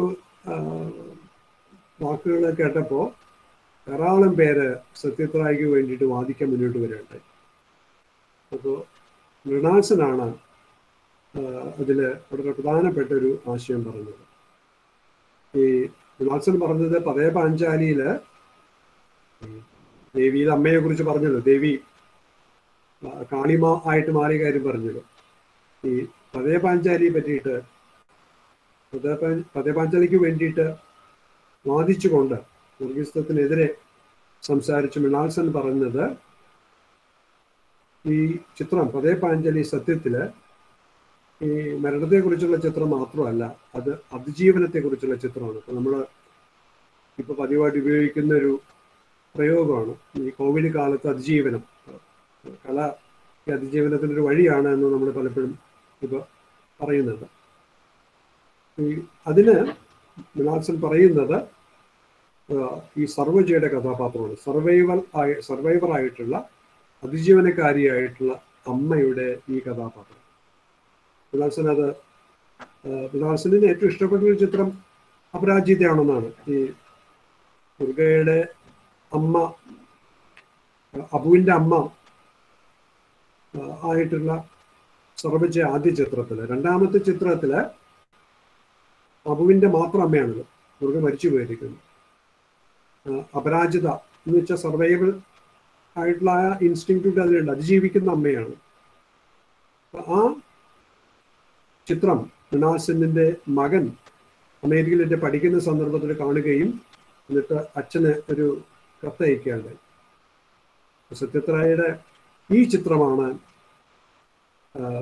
മൃണാൾസന്, അപരാജിതയാണ് മൃണാൾസന് ഏറ്റവും ഇഷ്ടപ്പെട്ട ചിത്രം എന്ന് മൃണാൾസനിക്ക് പറയുകയുണ്ടായി. മൃണാൾസനും സത്യജിത് റായും തമ്മിൽ ധാരാളം കലഹങ്ങളൊക്കെ ഉണ്ടായിട്ടുണ്ട്. സംവിധായകർ തമ്മിലുള്ള ഈ തർക്കങ്ങളൊക്കെ പല ഘട്ടത്തിൽ ഉണ്ടാവുന്ന സന്ദർഭത്തിൽ ചില സുഹൃത്തുക്കൾ എന്നോട് പറഞ്ഞത് ഈ സത്യജിത് റായും മൃണാൾസനും തമ്മിൽ ഒരിക്കലും ഉണ്ടായിട്ടുള്ള ഈ കലഹങ്ങളാണ്. ആ കലഹത്തിന്റെ ഭാഗമായിട്ട് ഒരു പുസ്തകമായിട്ട് വന്നിട്ടുണ്ട്. റായും സത്യജിത് റായും മൃണാൾസനും തമ്മിലുള്ള ഈ സംവാദമോ വിവാദമോ ആയിട്ടുള്ള കാര്യങ്ങളുടെ പുസ്തകം. അതിലിപ്പോഴും എനിക്ക് ഓർമ്മയുള്ള ഒരു ലേഖനം, ആരെഴുതിയതാന്ന് മറന്നു, സത്യജിത് റായാണ് മൃണാൾസനാണോ അറിയില്ല. Rose is A rose is A rose എന്ന് പറയുന്ന രീതിയിൽ ഈ റായുടെ സിനിമകളുടെ ലോകസഞ്ചാരം പറയുന്ന സന്ദർഭത്തിൽ എഴുത്തുകാരനായ റായെ കുറിച്ച് കൂടി പറയാമെന്ന് വിചാരിക്കുന്നു. ഈ സത്യജിത് റായ് ലോക സിനിമയിൽ ഒരു പ്രധാനപ്പെട്ട ചലച്ചിത്രകാരനായിട്ട് അറിയപ്പെട്ടില്ല എന്ന് വിചാരിക്കാം. എന്നാലും ഒരു എഴുത്തുകാരനായിട്ട് അദ്ദേഹം ഇന്ത്യയിൽ എങ്ങനെയും അറിയപ്പെടുമായിരുന്നു. അദ്ദേഹം സൃഷ്ടിച്ചിട്ടുള്ള ചില കഥാപാത്രങ്ങളുണ്ട്. ഡിറ്റക്റ്റീവ് അല്ലെ ഫെലുദ എന്ന് പറയുന്ന കഥാപാത്രമൊക്കെ അദ്ദേഹത്തിൻ്റെ കഥകളുണ്ട്. അടുത്ത കാലത്ത് എൻ്റെ സുഹൃത്ത് രാഹുൽ രാധാകൃഷ്ണൻ എഴുത്തുകാരനായ റായെ കുറിച്ചൊരു ലേഖനം എഴുതുകയുണ്ടായി. ഈ റായ് സിനിമാ സംവിധായകനാകുന്നതിന് മുമ്പ് തന്നെ തിരക്കഥ എഴുതിയിരുന്നു എന്നാണ് പറയുന്നത്. താൻ കണ്ട സിനിമകൾക്കൊക്കെ തൻ്റെതായ രീതിയിൽ താനാണ് ഈ സിനിമ പിടിക്കുകയാണ് എങ്കിൽ എങ്ങനെ ഇത് എടുക്കുമെന്നതിൻ്റെ ഒരു രേഖയായിട്ട് തിരക്കഥ എഴുതിയിരുന്നു എന്നാണ് പറയുന്നത്. ഈ തൻ്റെ സിനിമകളിലെ ഈ ക്രെഡിറ്റ് ടൈറ്റിൽസൊക്കെ അതിൻ്റെ എഴുത്തൊക്കെ ഡിസൈൻ ചെയ്തിട്ടുള്ള റായ് ഒരു എഴുത്തുകാരൻ തന്നെയായിരുന്നു. അദ്ദേഹം താമസിച്ചിരുന്ന വീടിൻ്റെ തൊട്ട് താഴെ ഒരു പ്രിന്റിംഗ് പ്രസ് ഉണ്ടായിരുന്നു. ഈ അച്ചടി എന്ന് പറയുന്നത് ആ മേഖലയായിട്ട് അദ്ദേഹത്തിന് ബന്ധമുണ്ട്. റായിനെ കുറിച്ച് നമ്മൾ ഇപ്പം നെറ്റിൽ നോക്കുകയാണെങ്കിൽ മനസ്സിലാക്കാൻ പറ്റുന്നൊരു കാര്യം എന്താ വെച്ചാൽ അദ്ദേഹം വിഭാവനം ചെയ്തിട്ടുള്ള കുറച്ച് ലിപികളുണ്ട്. റേ റോമൻ തുടങ്ങിയിട്ടുള്ള ഫോണ്ടുകളുണ്ട്. ഈ ഐസൻസ്റ്റീനെ പോലെ, ലിയോണാർഡോ ഡാവിഞ്ചിയെ പോലെ, ടാഗോറിനെ പോലെ ഒരു സർവകലാവല്ലഭനായിട്ടുള്ള സത്യജിത് റായിയുടെ പ്രതിഭ ഈ എഴുത്തിൻ്റെ രൂപങ്ങളിലും എത്തിയിരുന്നു എന്ന് സൂചിപ്പിക്കാനാണ് ഞാനത് പറഞ്ഞത്. അഷിം നന്ദിയുടെ ഒരു പുസ്തകമുണ്ട്, An Ambitious Journey to the City എന്ന് പറഞ്ഞിട്ട്. ഈ പുസ്തകത്തിലെ അവസാനത്തെ ലേഖനത്തിൽ റായിനെ കുറിച്ച് പരാമർശിക്കുന്നുണ്ട്. മറ്റു ലേഖനങ്ങളിലും വരുന്നുണ്ടത്. അദ്ദേഹം പറയുന്നൊരു കാര്യം പതേ പാഞ്ചാലിയെ മുൻനിർത്തിയിട്ട് ഇപ്പോൾ പരാമർശിക്കപ്പെടേണ്ടതാണ് തോന്നുന്നത്. കാരണം പതേ പാഞ്ചാലിയാണ് ലോകത്തിൻ്റെ മുമ്പിൽ ഇന്ത്യൻ ഗ്രാമത്തിൻ്റെ ഒരു ചിത്രമായിട്ട് ഇപ്പോഴും ഉള്ളത്. ഇന്ത്യൻ വില്ലേജ് എന്ന് പറഞ്ഞാൽ ഈ റായുടെ പതേ പാഞ്ചാലിയിലെ വില്ലേജാണ്, ആ ഗ്രാമമാണ്. അപ്പോൾ റായ ആണെങ്കിൽ ഗ്രാമവുമായിട്ടൊരു ബന്ധമില്ലാത്ത ആളാണ്, കൽക്കട്ട നഗരത്തിൽ ജീവിച്ചുള്ള ആളാണ്. റായ തന്നെ പറയുന്നത്, എഴുതിയിട്ടുള്ളത്, റായ് പതേ പാഞ്ചാലി ഷൂട്ടിങ്ങായിട്ട് ബന്ധപ്പെട്ടിട്ട് കൽക്കട്ടയിൽ നിന്ന് കുറച്ച് അകലെയുള്ള ഒരു ഗ്രാമത്തിൽ എത്തിയപ്പോഴാണ് ഗ്രാമമായിട്ടുള്ള ഒരു നേരിട്ടൊരു ബന്ധം ഉണ്ടായിട്ടുള്ളതാണ്. അതായത് കുറച്ചു കാലം ശാന്തിനികേതനിൽ ഉണ്ടായിരുന്നു എന്നുള്ളതൊക്കെ ശരിയാണ്, പക്ഷെ അധികം ഉണ്ടായില്ല. അത് ഈ ഗ്രാമവുമായിട്ട് നേരിട്ട് വലിയ ബന്ധമില്ലാത്ത ഇദ്ദേഹത്തിന് എവിടെ നിന്ന് കിട്ടി ഈ ഗ്രാമം എന്ന് അഷിഷ് ചോദിക്കുന്നുണ്ട്. അപ്പോൾ അതിനെ അഷിഷിന് പറയുന്നൊരു മറുപടി, റായ് പറഞ്ഞിട്ടുള്ളൊരു മറുപടി കൃതിയിൽ നിന്നാണെന്നാണ്, നോവലിൽ നിന്നാണ്. വിഭൂതിഭൂഷൺ ബാനർജിയുടെ നോവലിൽ നിന്നാണ് തനിക്കിത് കിട്ടിയിട്ടുള്ളതെന്നാണ് റായ് എഴുതിയിട്ടുള്ളത്. ഈ വിശദാംശങ്ങൾക്ക്, ഡീറ്റെയിൽസിന് വലിയ പ്രാധാന്യം നൽകുന്ന സംവിധായകനായിട്ടുള്ള റായ് അദ്ദേഹത്തിൻ്റെ പതേ പാഞ്ചാലിയുടെ ഗ്രാമത്തെക്കുറിച്ച് അഷീഷിൻ്റെ പറയുന്നത് എന്താണെന്ന് വെച്ചാൽ അതൊരു ഇമാജിൻഡ് വില്ലേജ് ആണെന്നാണ്. അത് നമ്മുടെ ഭാവനയിൽ ഒരു ഗ്രാമമുണ്ട്, എല്ലാവരുടെയും ഭാവനയിൽ ഗ്രാമമുണ്ടെന്നാണ് അദ്ദേഹം പറയുന്നത്, അഷീഷിൻ്റെ പറയുന്നത്. ഗ്രാമത്തിൽ ജീവിച്ചിട്ടുള്ള ആളുകൾ, ഗ്രാമത്തിൽ ജീവിച്ചിട്ടില്ലാത്ത ആളുകൾ, ഇവരുടെയൊക്കെ മനസ്സിൽ ഒരു ഇമാജിൻഡ് വില്ലേജ്, ഒരു ഭാവനയിലുള്ള ഒരു ഗ്രാമം ഉണ്ട് എന്നാണ് പറയുന്നത്. ഇങ്ങനെയുള്ള ഈ ഗ്രാമത്തിൻ്റെ ചലച്ചിത്രകാരനായിട്ട് പതേ പാഞ്ചാലിൽ ലോകം മുഴുവൻ അറിയപ്പെടുന്ന റായുടെ നഗരചിത്രങ്ങളെ കുറിച്ച് പറയാതിരിക്കാൻ വയ്യ. അദ്ദേഹത്തിൻ്റെ 3 ചിത്രങ്ങൾ ചിലര് ഒരുമിച്ചെടുത്തിട്ട് അബുത്രയം എന്ന് പറയുന്നത് പോലെ തന്നെ കൽക്കട്ട ത്രയം, കൽക്കട്ട ട്രിലജി എന്ന് പറയാറുണ്ട്. ജന ആരണ്യയും പ്രതിദ്വന്ദിയും ഒരു ചിത്രം കൂടിയുണ്ട്. ഈ 3 ചിത്രങ്ങളെയും ഉൾക്കൊള്ളിച്ചുകൊണ്ട് ഒരു കൽക്കട്ട ട്രിലജി റായ് അവതരിപ്പിച്ചിട്ടുണ്ട്. ഈ കോയ മുഹമ്മദിൻ്റെ ഈ സിനിമ തന്നെ ജീവിതം എന്നുള്ള പുസ്തകത്തില് റായ് മരിച്ച സന്ദർഭത്തിൽ എഴുതിയിട്ടുള്ളൊരു കാര്യം, 80കളിൽ എൻ്റെ ഓർമ്മയിലുള്ളത് കേരളത്തിൽ റായ് ധാരാളം വിമർശിക്കപ്പെട്ടുള്ള ഒരാളായിരുന്നു. രാഷ്ട്രീയം പറയാത്ത ഒരു സംവിധായകൻ എന്ന നിലയിൽ 80കളിൽ റായ് വല്ലാതെ വിമർശിക്കപ്പെട്ടിരുന്നു എന്നാണ് എൻ്റെ ഓർമ്മ. എന്നാൽ ഇപ്പോൾ ധാരാളം ആളുകൾ റായിയുടെ രാഷ്ട്രീയത്തെക്കുറിച്ച് അദ്ദേഹത്തിൻ്റെ സിനിമകളിൽ മുൻനിർത്തിയിട്ട് എഴുതുന്നു, സംസാരിക്കുന്നുണ്ട്. അപ്പോൾ ഈ റായ് മരിച്ചപ്പോൾ 92 റായ് മരിച്ചപ്പോൾ ഈ ദീർഘമായുള്ള ലേഖനത്തിൽ കോയ മുഹമ്മദ് എഴുതിയിട്ടുള്ളത് എനിക്ക് ശ്രദ്ധേയമായി തോന്നി. കോയ മുഹമ്മദ് ഇത് ദേശാഭിമാനി ആഴ്ചപ്പതിപ്പിലോ ദേശാഭിമാനി വാരാന്ത്യ പതിപ്പിലോ പത്രത്തിലോ ആണ് എഴുതിയിട്ടുള്ളത്. അപ്പോൾ പറയുന്നത് എങ്ങനെയാണ്, ഒരു പാരഗ്രാഫ് ഇങ്ങനെയാണ്: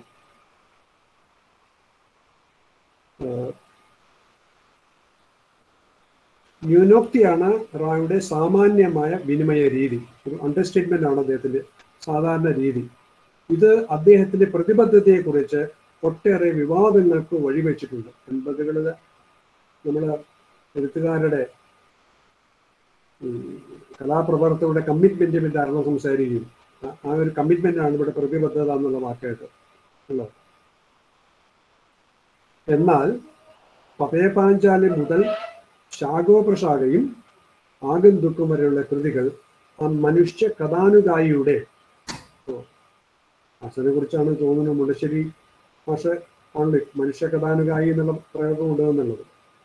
അപ്പൊ ഈ കൃതികൾ പതയപാഞ്ചാലി മുതൽ ശാഖോപ്രശാഖയും ആഗന്തുക്കും വരെയുള്ള കൃതികൾ ആ മനുഷ്യ കഥാനുഗായിയുടെ പ്രതിബദ്ധതയുടെ വിളംബരം തന്നെയാകുന്നു. അടുത്ത ഖണ്ഡികയിൽ മുഹമ്മദ് എഴുതുന്നു: രാഷ്ട്രീയമായി റേ എന്നും നിശബ്ദനായിരുന്നില്ല. അദ്ദേഹത്തിന്റെ ദേവി മതത്തിന്റെ പേരിലുള്ള അന്ധവിശ്വാസം തകർക്കുന്ന ഡൈനാമിറ്റ് ആണെന്ന് ഉൽപ്പൽ ദത്ത് അഭിപ്രായപ്പെട്ടത് ശ്രദ്ധേയമാണ്. അദ്ദേഹത്തിന്റെ ജനാരണ്യയില് അഭിനയിക്കുന്നൊരു നടനാണ് ഉൽപ്പൽ ദത്ത്. ആഗന്തുക്കിലെ മനോമൻ മുത്ര എന്ന കേന്ദ്ര കഥാപാത്രം അവതരിപ്പിക്കുന്ന നടനാണ് ഉൽപ്പൽ ദത്ത്. സത്യജിത് പതയപാഞ്ചാലിക്ക് 25 വയസ്സായപ്പോൾ മലയാളത്തില് ദൃശ്യകലാപഠന മാസിക ഒരു പതിപ്പ് ഇറക്കുകയുണ്ടായി. അതിന്റെ ഭാഗമായിട്ട് ഞാൻ 80-ലെ കൽക്കട്ടയിലുണ്ടായിരുന്നു. എന്തെങ്കിലുമൊക്കെ ലേഖനങ്ങളൊക്കെ അവിടെ നിന്ന് കിട്ടുമെന്നുള്ള പ്രതീക്ഷയിലായിരുന്നു അവിടെ പോയത്. റായുമായിട്ടൊരു അഭിമുഖം മനസ്സിലുണ്ടായിരുന്നു. റായു വിളിച്ചു. ഉദയദാസ് ഗുപ്തയുടെ ബംഗാളി സംവിധായകനായിട്ടുള്ള ഉദയദാസ് ഗുപ്തയുടെ വീട്ടിൽ നിന്ന് റായിക്ക് ഫോൺ വിളിച്ചു. റായുടെ മറുപടി ഫോണിൽ ശബ്ദം മാത്രം കേട്ടു, ഇപ്പോൾ പറ്റില്ല, പിന്നെ എപ്പോഴെങ്കിലും ആവാം എന്ന് പറഞ്ഞൊരു ഓർമ്മയുണ്ട്. അപ്പൊ ഉൽപ്പൽ ദത്ത് ഒന്ന് ആ സമയത്ത് എനിക്ക് റായിനെ ഇന്റർവ്യൂ ചെയ്യാൻ പറ്റിയില്ലെങ്കിലും റായ് സിനിമകൾ അഭിനയിച്ചിട്ടുള്ള ബംഗാളി നാടകവേദിയിൽ, കൽക്കട്ട നാടകവേദിയിലൊരു പ്രധാനപ്പെട്ട ആളായിട്ടുള്ള ഉൽപ്പൽ ദത്തിന് ഇന്റർവ്യൂ ചെയ്യാൻ പറ്റി. ഉൽപ്പൽ ദത്ത് പറഞ്ഞ ഒരു കാര്യമാണ് പറഞ്ഞുള്ളത്. ഒരു മതത്തിന്റെ പേരിലുള്ള അന്ധവിശ്വാസം തകർക്കുന്ന ഡൈനാമിറ്റാണ് എന്നാണ് ഉൽപ്പൽ അഭിപ്രായപ്പെട്ടത്. അശ്വിനി സംഗീത് സദ്ഗതി, അദ്ദേഹത്തിന്റെ ഹിന്ദി പടം, ടെലിവിഷന് വേണ്ടി എടുത്തുള്ള ഹിന്ദി പടം, ഓംപുരിയും സ്മിത പട്ടേലും അഭിനയിക്കുന്ന 1 മണിക്കൂറിലായിരിക്കുമുള്ള സദ്ഗതി പ്രേംചന്ദിന്റെ കഥയാണ്. സത്യം കിലാടി എന്നുള്ളൊരു അംജിദ് ഖാനൊക്കെ അഭിനയിക്കുന്ന, സഞ്ജു കുമാറൊക്കെ അഭിനയിച്ചിട്ടുള്ള ഒരു ഹിന്ദി സിനിമയുണ്ട്. ചെസ് ഒരു പ്രധാന വിഷയമായിട്ടുള്ള ഒരു ഹിന്ദി സിനിമ റായ് എടുത്തിട്ടുണ്ട്. റിച്ചർഡ് ആറ്റംബറൊക്കെ അഭിനയിച്ചിട്ടുള്ള പടം. അപ്പോൾ അശ്വിനി സംഗീത്, സദ്ഗതി, സത്യം കിലാടി, ജന ആരണ്യ, പ്രതിദ്വന്ദി തുടങ്ങിയ കൃതികളുടെ രാഷ്ട്രീയ ഉള്ളടക്കം ഏറെ പ്രകടവുമാണ് എന്ന് പറയുന്നത് റായ് ഒരു ജാതിയുടെ പങ്കെടുത്ത് പോലും കോയമ്പത് പറയുന്നുണ്ട്. ഈ 62-ൽ ഇന്ത്യയും ചൈനയും കൂടി യുദ്ധം ഉണ്ടായപ്പോൾ ഒരു ചിത്രം നിർമ്മിക്കണമെന്ന് ഗവൺമെന്റ് ആവശ്യപ്പെട്ടപ്പോൾ എനിക്കത് പറ്റില്ല പറയാനുണ്ടായി. ഈ ഇന്ദിരാഗാന്ധി പ്രധാനമന്ത്രി ആകുമ്പോൾ ഈ സാമൂഹ്യക്ഷേമ വകുപ്പിന് വേണ്ടി സിനിമ എടുക്കണം എന്ന് പറഞ്ഞപ്പോൾ പറ്റില്ല പറഞ്ഞു. ബംഗാളിലെ ഒരു ഭക്ഷ്യക്ഷാമയുടെ സന്ദർഭത്തിൽ കൊലപാതകങ്ങളുണ്ടായി. അപ്പോൾ കോടതി പറയുന്നത് ബംഗാളിലെ പ്രക്ഷോഭകാലത്തെ കൊലപാതകം പ്രതിഷേധിച്ച് വമ്പിച്ച് മാർച്ച് നയിച്ചും പൊതുരംഗത്ത് ഇറങ്ങിയിട്ടുണ്ട്. ഏതായാലും ഞാൻ സാമാന്യമായിട്ട് റായുടെ ചില സിനിമകൾ പരിചയപ്പെടുത്താനാണ് ശ്രമിച്ചത്. അതിൽ ബാല എന്നുള്ള ചെറിയ ഒരു ഡോക്യുമെൻ്ററി ഉണ്ട്. ആ ചിത്രം എനിക്ക് വളരെ ഇഷ്ടപ്പെട്ടൊരു ചിത്രമാണ് ബാല എന്നുള്ളത്. സാമാന്യമായിട്ട് 2 എന്നുള്ള സിനിമയെ കുറിച്ച് കൂടി പറയാൻ വിചാരിക്കുന്നു. ഒന്നുമില്ല, അത് 2 ഒരു ഹ്രസ്വകഥാ ചിത്രമാണ്. 2 സംഭാഷണമില്ല. അത് ഇന്ത്യക്ക് പുറത്തുള്ള ആരോ അദ്ദേഹത്തോട് ബർമാഷല്ലോ അങ്ങനെ ആരോ ഇദ്ദേഹത്തോടൊരു സിനിമ എടുക്കാൻ പറഞ്ഞപ്പോൾ ഇദ്ദേഹം ഒരു ഹ്രസ്വ ചിത്രം എടുക്കാം. അപ്പോൾ അദ്ദേഹം പറഞ്ഞിട്ടുള്ളത് തനിക്ക് ബംഗാളി ഭാഷയിലുള്ള സിനിമ എടുക്കാൻ താല്പര്യമില്ല എന്നാണ്. ഹിന്ദി സിനിമയിൽ പോലും സിനിമ എടുക്കുമ്പോൾ ഹിന്ദിയിൽ പോലും സിനിമ എടുക്കുമ്പോൾ പ്രശ്നം എന്താ വെച്ചാൽ ഈ അഭിനേതാക്കൾ അവരുടെ ഹിന്ദി എത്രമാത്രം കൃത്യതയുള്ളതാണെന്ന് എനിക്ക് മനസ്സിലാവില്ല എന്ന് പറഞ്ഞിട്ട് അദ്ദേഹം അതിലത്ര പോയില്ല. 2 സിനിമ ഹിന്ദിയിൽ എടുത്തിട്ടുണ്ട്. ഇംഗ്ലീഷിന്റെ കാര്യത്തിൽ അദ്ദേഹം പറഞ്ഞ ഇംഗ്ലീഷ് സിനിമ എടുക്കുകയാണെങ്കിൽ താനത് ഇന്ത്യൻ ഇംഗ്ലീഷ് സംസാരിക്കുന്ന കഥാപാത്രങ്ങളെ വെച്ചൊരു സിനിമ അങ്ങനെ അദ്ദേഹത്തിന് മനസ്സിലുണ്ടായിരുന്നുള്ളൂ. 2 എന്നുള്ള സിനിമ എടുത്തപ്പോൾ അതിന് സംഭാഷണമില്ല. ഒരു ചെറിയ ചിത്രമാണ്, അതൊരു പ്രധാനപ്പെട്ട ചിത്രമാണ്. ഒരു കാണുമെങ്കിൽ ഒരു ആ പടത്തെ കുറിച്ചിട്ട് ഒരു അതിരുകടന്ന ഒരു വ്യാഖ്യാനം ഉണ്ടായിട്ടുണ്ട്. വിയറ്റ്നാം യുദ്ധം, അമേരിക്ക വിയറ്റ്നാമിൽ പോയിട്ട് കമ്മ്യൂണിസ്റ്റ് ലോകരക്ഷയ്ക്ക് ശ്രമിക്കുന്ന യുദ്ധം എന്നാണ് അവർ അവകാശപ്പെട്ടത്. ആ സന്ദർഭത്തിൽ റായ് എടുത്തൊരു പടമാണ്.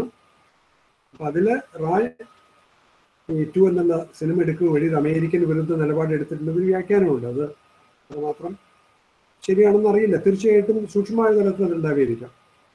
ആ ചിത്രത്തിൽ കൂടി പറയാണ്ട് ഇത് പൂർണ്ണമാവില്ല എന്ന് തോന്നി. അതുകൊണ്ടാണ് പറഞ്ഞത്. അപ്പോൾ ഇനി MA പഠിക്കുന്ന മലയാളം വിദ്യാർത്ഥികളാണ്, അവരോടാണ് ഞാൻ സംസാരിച്ചത് എന്നാണ് എൻ്റെ ധാരണ. അപ്പോൾ അവർ റായുടെ സിനിമകളെ നേരത്തെ കണ്ടിട്ടുണ്ടാവാം, അല്ലെങ്കിൽ ഇപ്പോൾ കണ്ടുകൊണ്ടിരിക്കുകയായിരിക്കാം. അപ്പോൾ അവരുടെ സത്യത്ര അനുഭവം വെച്ചിട്ട് എന്തെങ്കിലുമൊക്കെ അഭിപ്രായങ്ങൾ പറയുകയാണെങ്കിൽ, ചോദ്യങ്ങൾ പറയുകയാണെങ്കിൽ എനിക്ക് പറ്റുന്ന രീതിയിൽ ഞാൻ എന്തെങ്കിലും പറയാൻ ശ്രമിക്കാം. ഞാൻ വാച്ച് മുമ്പിൽ വെച്ചെന്തെങ്കിലും നോക്കിയിട്ടില്ല. സമയം കൂടുതലൊന്നും എനിക്ക് അറിയില്ല, എപ്പോഴാണ് തുടങ്ങിയെന്നൊക്കെ മറന്നു. ഇടയ്ക്ക് നമ്മൾ കുറച്ച് ഒരു സെൽഫ് കോൺഷ്യസ് ആവുമല്ലോ, മറ്റു ആളുകളെ കണ്ട് സംസാരിക്കുക. ഇതൊരു യന്ത്രത്തിലൂടെ സംസാരിക്കുമ്പോഴൊരു പ്രശ്നമുണ്ട്, നമ്മുടെ നിയന്ത്രണത്തിലല്ല. അതുകൊണ്ട് വാച്ച് ഇടയ്ക്ക് നോക്കാൻ പോലും പറ്റിയില്ല. എത്ര സമയമെന്ന് എനിക്കറിയില്ല. അപ്പോൾ ടീച്ചർ ആരെങ്കിലും സൈഡിലൊന്നും വരികയും ചെയ്തില്ല. അപ്പം എനിക്ക് ഇത് ഇത്തരം കാര്യങ്ങൾ കൈകാര്യം ചെയ്ത വലിയ അനുഭവമില്ല. ഇങ്ങനെ കുറച്ച് പ്രഭാഷണങ്ങൾ ഓൺലൈനിൽ ഇപ്പം നടത്തിയെങ്കിൽ അത് മുഴുവൻ മകൻ്റെയോ മരുമകളുടെയൊക്കെ സഹായം കൊണ്ടാണ് ചെയ്തത്.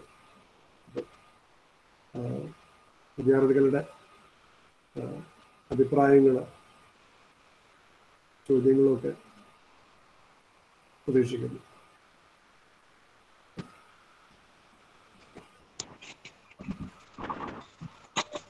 മാഷുടെ വിഷയാവതരണമാണ് ഇപ്പം കഴിഞ്ഞത്.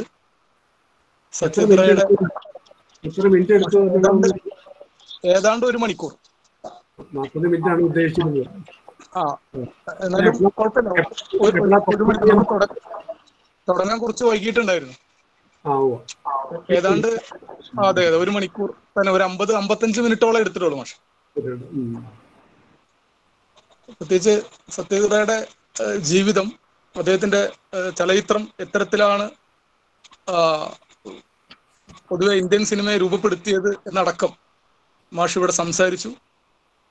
റേയും ടാഗോറും തമ്മിലുള്ള സാമ്യം, അവരുടെ ഒരു സർഗാത്മക ജീവിതത്തിലെ ഒരു തന്മയീ ഭാവം, അതുപോലെ തന്നെ തീവണ്ടി എന്ന് പറയുന്ന ബിംബം എങ്ങനെയാണ് റേ വിവിധ സിനിമകളിൽ ഉപയോഗിച്ചത്, അതുപോലെ തന്നെ അദ്ദേഹത്തിന്റെ ദൃശ്യങ്ങളുടെ പ്രത്യേകത, പ്രത്യേകിച്ച് നോക്കുന്ന ദൃശ്യങ്ങൾ, അതുപോലെ കാതോർക്കുന്ന ദൃശ്യങ്ങൾ, ആ ദൃശ്യത്തിന്റെ സവിശേഷത എങ്ങനെയുള്ളതാണ്, അതുപോലെ തന്നെ സത്യത്രയെ കുറിച്ചുള്ള പലതരത്തിലുള്ള വിമർശനങ്ങൾ, പ്രത്യേകിച്ച് നർഗീസ് ദത്ത് പോലെയുള്ള ആളുകളുടെ വിമർശനങ്ങൾ, അതിനെങ്ങനെയാണ് സിനിമാ ലോകം, പ്രത്യേകിച്ച് റേയുമായി അടുത്തിടപഴകിയിരുന്ന അല്ലെങ്കിൽ യോജിച്ചും വിയോജിച്ചും നിന്നിരുന്ന ആളുകൾ എങ്ങനെയാണ് അതിൽ ഇടപെട്ടത്? റേ എന്ന് പറയുന്ന എഴുത്തുകാരൻ, അദ്ദേഹം കണ്ട സിനിമകൾക്ക് ഒരു തിരക്കഥ സ്വന്തമായി എഴുതി നോക്കുമായിരുന്നു എന്നൊക്കെ മാഷ് അതിനിടയിൽ സൂചിപ്പിച്ചു. അതുപോലെ തന്നെ റേയുടെ രാഷ്ട്രീയം അധികം ആരും പറയാത്തതാണ്, നമ്മൾ ഒരുപാട് വായിക്കാത്ത ഒരു കാര്യമാണ് റേയുടെ രാഷ്ട്രീയം. പ്രത്യേകിച്ച് റേ രാഷ്ട്രീയത്തിൽ പ്രത്യക്ഷമായി ഇടപെട്ടിട്ടില്ല, പ്രത്യേകിച്ച് ഇവിടുത്തെ കക്ഷി രാഷ്ട്രീയത്തിലൊന്നും ഇടപെട്ടില്ല, അല്ലെങ്കിൽ അങ്ങനെയുള്ള രാഷ്ട്രീയ അഭിപ്രായങ്ങൾ പ്രകടിപ്പിച്ചില്ല എന്നുള്ളൊരു പ്രധാന വിമർശനം നിൽക്കുന്ന ഒരു അവസ്ഥയുണ്ട്. അപ്പൊ അതുകൊണ്ട് തന്നെ റേയുടെ രാഷ്ട്രീയം എന്താന്ന് പലപ്പോഴും അറിയാനുള്ള ഒരു കൗതുകം ഉണ്ടായിരുന്നു. അതൊക്കെ അത്തരത്തിൽ പല ഖണ്ഡങ്ങളായി സത്യജിത്രയുടെ ജീവിതം, സിനിമാ ജീവിതം ആണ് മാഷ് ഇവിടെ അവതരിപ്പിച്ചത്. നമ്മളെല്ലാവരും അത് ശ്രദ്ധിച്ചിട്ടുണ്ട്. ഇനി മാഷ് പറഞ്ഞ പോലെ തന്നെ ചർച്ചയ്ക്കുള്ള സമയമാണ്.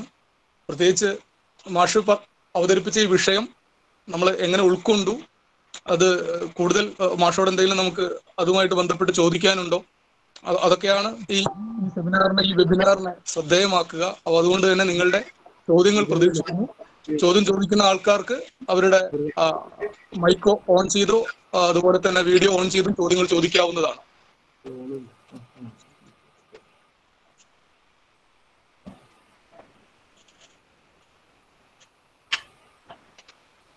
ഏതെങ്കിലും തരത്തിൽ മൈക്ക് ഓൺ ചെയ്യാനോ അല്ലെങ്കിൽ വീഡിയോ ഓൺ ചെയ്യാനൊക്കെ പറ്റാത്ത സാഹചര്യത്തിലുള്ള ആളുകൾക്കാണെങ്കിൽ നിങ്ങളുടെ ചാറ്റ് ബോക്സിലും ചോദ്യങ്ങൾ ചോദിക്കാവുന്നതാണ്.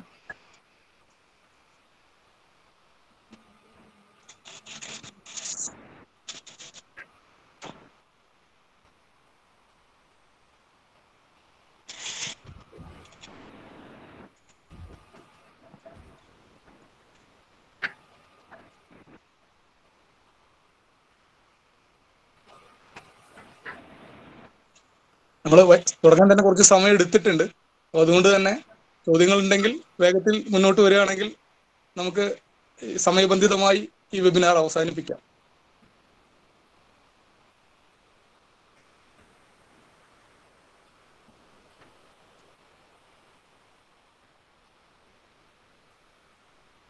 പക്ഷെ ഞാൻ തന്നെ ഒരു ചോദ്യം ചോദിച്ചിട്ട് തുടങ്ങാം. ഇപ്പം പ്രത്യേകിച്ച് നേരത്തെ മാഷ് സൂചിപ്പിച്ച ഈ നർഗീസ് ദത്തിന്റെ വിമർശനം, ഈ റായ് ഇന്ത്യയിലെ ദാരിദ്ര്യം കയറ്റുമതി ചെയ്യുകയാണ് എന്ന് അവർ പറയുന്നുണ്ട്. അയാള് ഒരു റേ മാത്രമാണ്, he's only a ray no the sun എന്നുള്ള ഒരു വിമർശനം അവർ ഉന്നയിക്കുന്നുണ്ട്. ആ അർത്ഥത്തിൽ നോക്കുമ്പോൾ ഇന്ത്യയിൽ നിന്ന് പിന്നെയും ദാരിദ്ര്യം കയറ്റുമതി ചെയ്ത നിരവധി സിനിമകൾ ഉണ്ടായിട്ടുണ്ട്. പ്രത്യേകിച്ച് ഈ അടുത്ത കാലത്ത് അല്ലെങ്കിൽ പിന്നീട് ഓസ്കാറിലൊക്കെ വന്ന സ്ലം ഡോഗ് മില്ലേനിയർ പോലുള്ള ചിത്രങ്ങൾ, അല്ലെങ്കിൽ അതുമായിട്ട് ബന്ധപ്പെട്ട ചിത്രങ്ങൾ. ഇങ്ങനെ ദാരിദ്ര്യം കയറ്റുമതി ചെയ്തിട്ടാണോ ഇന്ത്യൻ സിനിമ ലോക സിനിമയിലേക്ക് വളർന്നത്? അല്ലെങ്കിൽ ഈ ആരോപണത്തിൽ എത്രമാത്രം കഴമ്പുണ്ട്? നേരത്തെ മാഷ് മറ്റ് സംവിധായകർ അതിനെ എങ്ങനെ പ്രതിരോധിച്ചു എന്നുള്ളതിനെ കുറിച്ച് പറഞ്ഞു. എങ്ങനെയാണ് മാഷ് അതിനെ കാണുന്നത് എന്ന് അറിയാൻ താല്പര്യം. ഒരു പക്ഷേ പുറം ലോകത്ത്, വിദേശങ്ങളിലൊക്കെ അവർക്ക് ഇന്ത്യയെ പറ്റിയുള്ള ചില സങ്കല്പങ്ങളുണ്ട്. ഈ അർദ്ധനഗ്നരായിട്ടുള്ള ഫക്കീർമാര്, പാമ്പുകള്, ഇങ്ങനെയൊക്കെയുള്ള. അപ്പൊ ഇത്തരം അവരുടെ സങ്കല്പമായിട്ട് പൊരുത്തപ്പെടുന്ന പടങ്ങള് അവര് ഒരു തരത്തിൽ സ്വീകരിക്കുന്ന ഒരു തലമുണ്ട്. അതില്ല എന്ന് മുഴുവൻ പറയാൻ പറ്റില്ല, അതുണ്ടായിരിക്കാം. പക്ഷെ അതുകൊണ്ട് മാത്രം ഈ പുറം ലോകങ്ങളില് ഈ സിനിമകള് അംഗീകരിക്കപ്പെടുമെന്ന് തോന്നുന്നില്ല. അതിന് സിനിമയുടേതായിട്ടുള്ള സവിശേഷതകൾ വേണം. ഇപ്പൊ ഫത്തേപാഞ്ചലിന്റെ കാര്യത്തില് റായുടെ മൊത്തം സിനിമ എടുക്കുകയാണെങ്കിൽ ദാരിദ്ര്യം മാത്രമല്ല, പല വൈവിധ്യം ഉള്ളതുണ്ട്. അപ്പൊ അതുകൊണ്ട് മുഴുവൻ നമുക്കങ്ങനെ ഈ ഫത്തേപാഞ്ചലി മുന്നിട്ട് പറയാം. അപരാജിതവും ദാരിദ്ര്യത്തെ കുറിച്ചുള്ളതല്ല, അപ്പൂസൻ സാറ് ദാരിദ്ര്യത്തെ കുറിച്ചല്ലാന്ന് എനിക്ക് തോന്നണേ. ഇതില് അബുവിന്റെ അലഞ്ഞു നടക്കലാണ് കൂടുതൽ. പുറം ലോകത്ത് അങ്ങനെ അവർക്ക് മുൻകൂട്ടിയുള്ളൊരു ധാരണയുള്ളത് കൊണ്ട് അതിലേക്ക് ഇത് പെട്ടെന്ന് ഫിറ്റിൻ ചെയ്തതുകൊണ്ട് അങ്ങനെ ആവാം. പക്ഷേ ദ ബെസ്റ്റ് ഹ്യൂമൻ ഡോക്യുമെന്റ് എന്നൊരു അംഗീകാരമാണ് കാനില് ഈ ചിത്രത്തിന് കിട്ടിയത്. അത് പ്രധാനപ്പെട്ട അങ്ങനത്തെ അവിടുത്തെ ഈ മത്സരവിഭാഗത്തിലൊന്നല്ല, അത് ദ ബെസ്റ്റ് ഹ്യൂമൻ ഡോക്യുമെന്റ് എന്നുള്ളത്. അപ്പോൾ ഈ റായ് മൊത്തത്തില് ആളുകളെ ജഡ്ജ് ചെയ്യുന്ന ഒരു തീർപ്പ് കൽപ്പിക്കുന്ന ഒരാളല്ലാന്ന് എനിക്ക് തോന്നിയുള്ളത്. റായിനെ പറ്റി ടാഗോറിനെ പറ്റി പറയുന്നത് പോലെയുള്ളത്. റായ് ആളുകളെ മനസ്സിലാക്കാനാണ് ശ്രമിച്ചിട്ടുള്ളത് തോന്നുന്നത്. അതിൽ അദ്ദേഹത്തിന് ഈ കൽക്കട്ട നഗരത്തിൽ നിന്നുള്ള ആ പാശ്ചാത്യമായിട്ടുള്ള സംസ്കാരമായിട്ടുള്ള ബന്ധം അങ്ങനെ എല്ലാം ചേർന്നുണ്ട്. അദ്ദേഹം ഇന്ത്യൻ എന്നുള്ളതിനേക്കാൾ ഒരുപക്ഷെ കൂടുതൽ അതിൻ്റെ വായനയൊക്കെ സംഗീതമൊക്കെ ഇന്ത്യക്ക് പുറത്തുള്ളതായിട്ടാണെന്ന് പറയാറുണ്ടല്ലോ. ആ നിലയ്ക്ക് എനിക്ക് തോന്നുന്നത്. അപ്പോൾ ഇതുകൊണ്ട് മാത്രം ഈ ദാരിദ്ര്യമുള്ളത് കൊണ്ട് മാത്രം അത് പുറത്ത് അംഗീകരിക്കപ്പെടുന്നില്ല. അപ്പോൾ ചാരുലത എന്നുള്ള സിനിമ കണ്ടിട്ടാണ് താനൊരു ഛായാഗ്രാഹകൻ തീരുമാനിച്ചത് എന്ന് നെസ്റ്റ് ആൽമണ്ട്രോസ് എന്നുള്ള ഛായാഗ്രാഹകൻ ഒരിക്കൽ പറയാണ്ടായി. ചാരുലതയിൽ പതേപാഞ്ചാലി ശരി, ചാരുലത എന്ന് പറയുന്നത് ദാരിദ്ര്യത്തിൻ്റെ ചിത്രമല്ല. അതൊരു കൽക്കട്ട നഗരത്തിലുള്ള അല്ലെങ്കിൽ ഉപരിവർഗത്തിലുള്ള ഒരു സ്ത്രീയുടെ അകത്തളത്തിലെ ജീവിതമാണ്. അതാണ് എനിക്ക് തോന്നിയിട്ടുള്ളത്.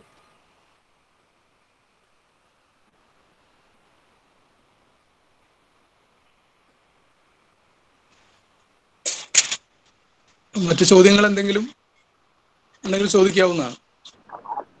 ഹലോ ഹലോ കേൾക്കാം. കേൾക്കാമോ? കേൾക്കാം. ഹലോ, ഞാൻ ഓഡിബിൾ ആണോ? കേൾക്കാം. എനിക്ക് കേൾക്കാവുന്നതാണ്, പറഞ്ഞോളൂ.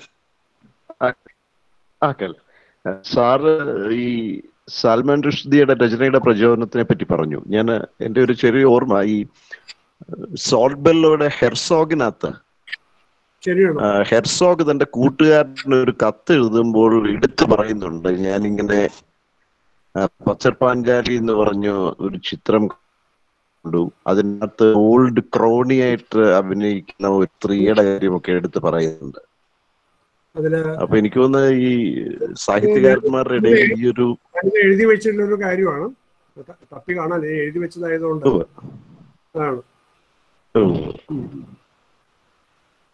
സാർ, അതുപോലെ തന്നെ സാറ് ഈ പറഞ്ഞ ഈ ഇമാജിൻഡ് വില്ലേജ് എന്ന് പറയുന്ന ഒരു സങ്കല്പം, അത് എനിക്ക് തോന്നി പാശ്ചാത്യ എഴുത്തുകാർക്കും വളരെ പ്രിയപ്പെട്ട ഒരു ആശയമാണല്ലോ ഇത്. നമ്മുടെ ഹാർഡി, പാട്രിക് വൈറ്റ്, മാർക്യൂസ്, അവർക്കെല്ലാം.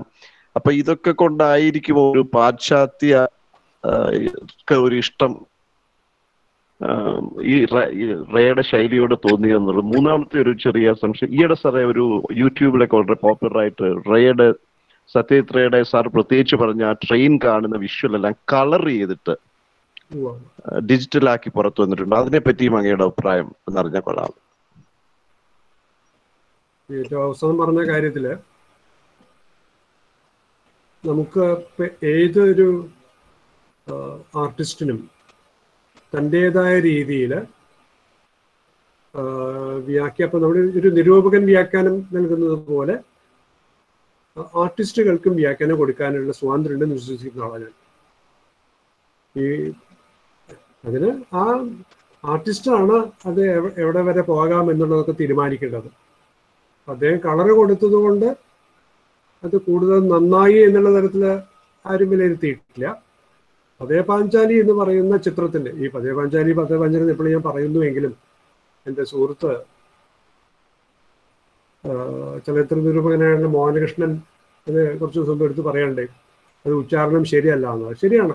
ഞാൻ ഈ 95 ഒരു പുസ്തകം റായിനെ പറ്റി എഴുതിയപ്പോൾ, സഞ്ചാരിയുടെ വീട് അവരുടെ പുസ്തകം എഴുതുമ്പോൾ ഞാൻ ബംഗാളിയായുള്ളൊരു സുഹൃത്ത് ദീപാലി പറഞ്ഞ അവരെ ചെന്ന് കണ്ട് ശരിയാണ് ഉച്ചാരണമൊക്കെ അതേപോലെ എഴുതാനൊക്കെ ശ്രമിക്കുകയുണ്ടായി. പിന്നെ വിചാരിച്ചു മലയാളത്തിൽ എങ്ങനെയും ചില പേരുകൾ അംഗീകരിക്കപ്പെട്ടൊരു രീതിയിലാണ്. അപ്പം അതുകൊണ്ട് ആ രീതിയിൽ ഞാൻ അവതരിപ്പിച്ചു എന്നേ ഉള്ളൂ.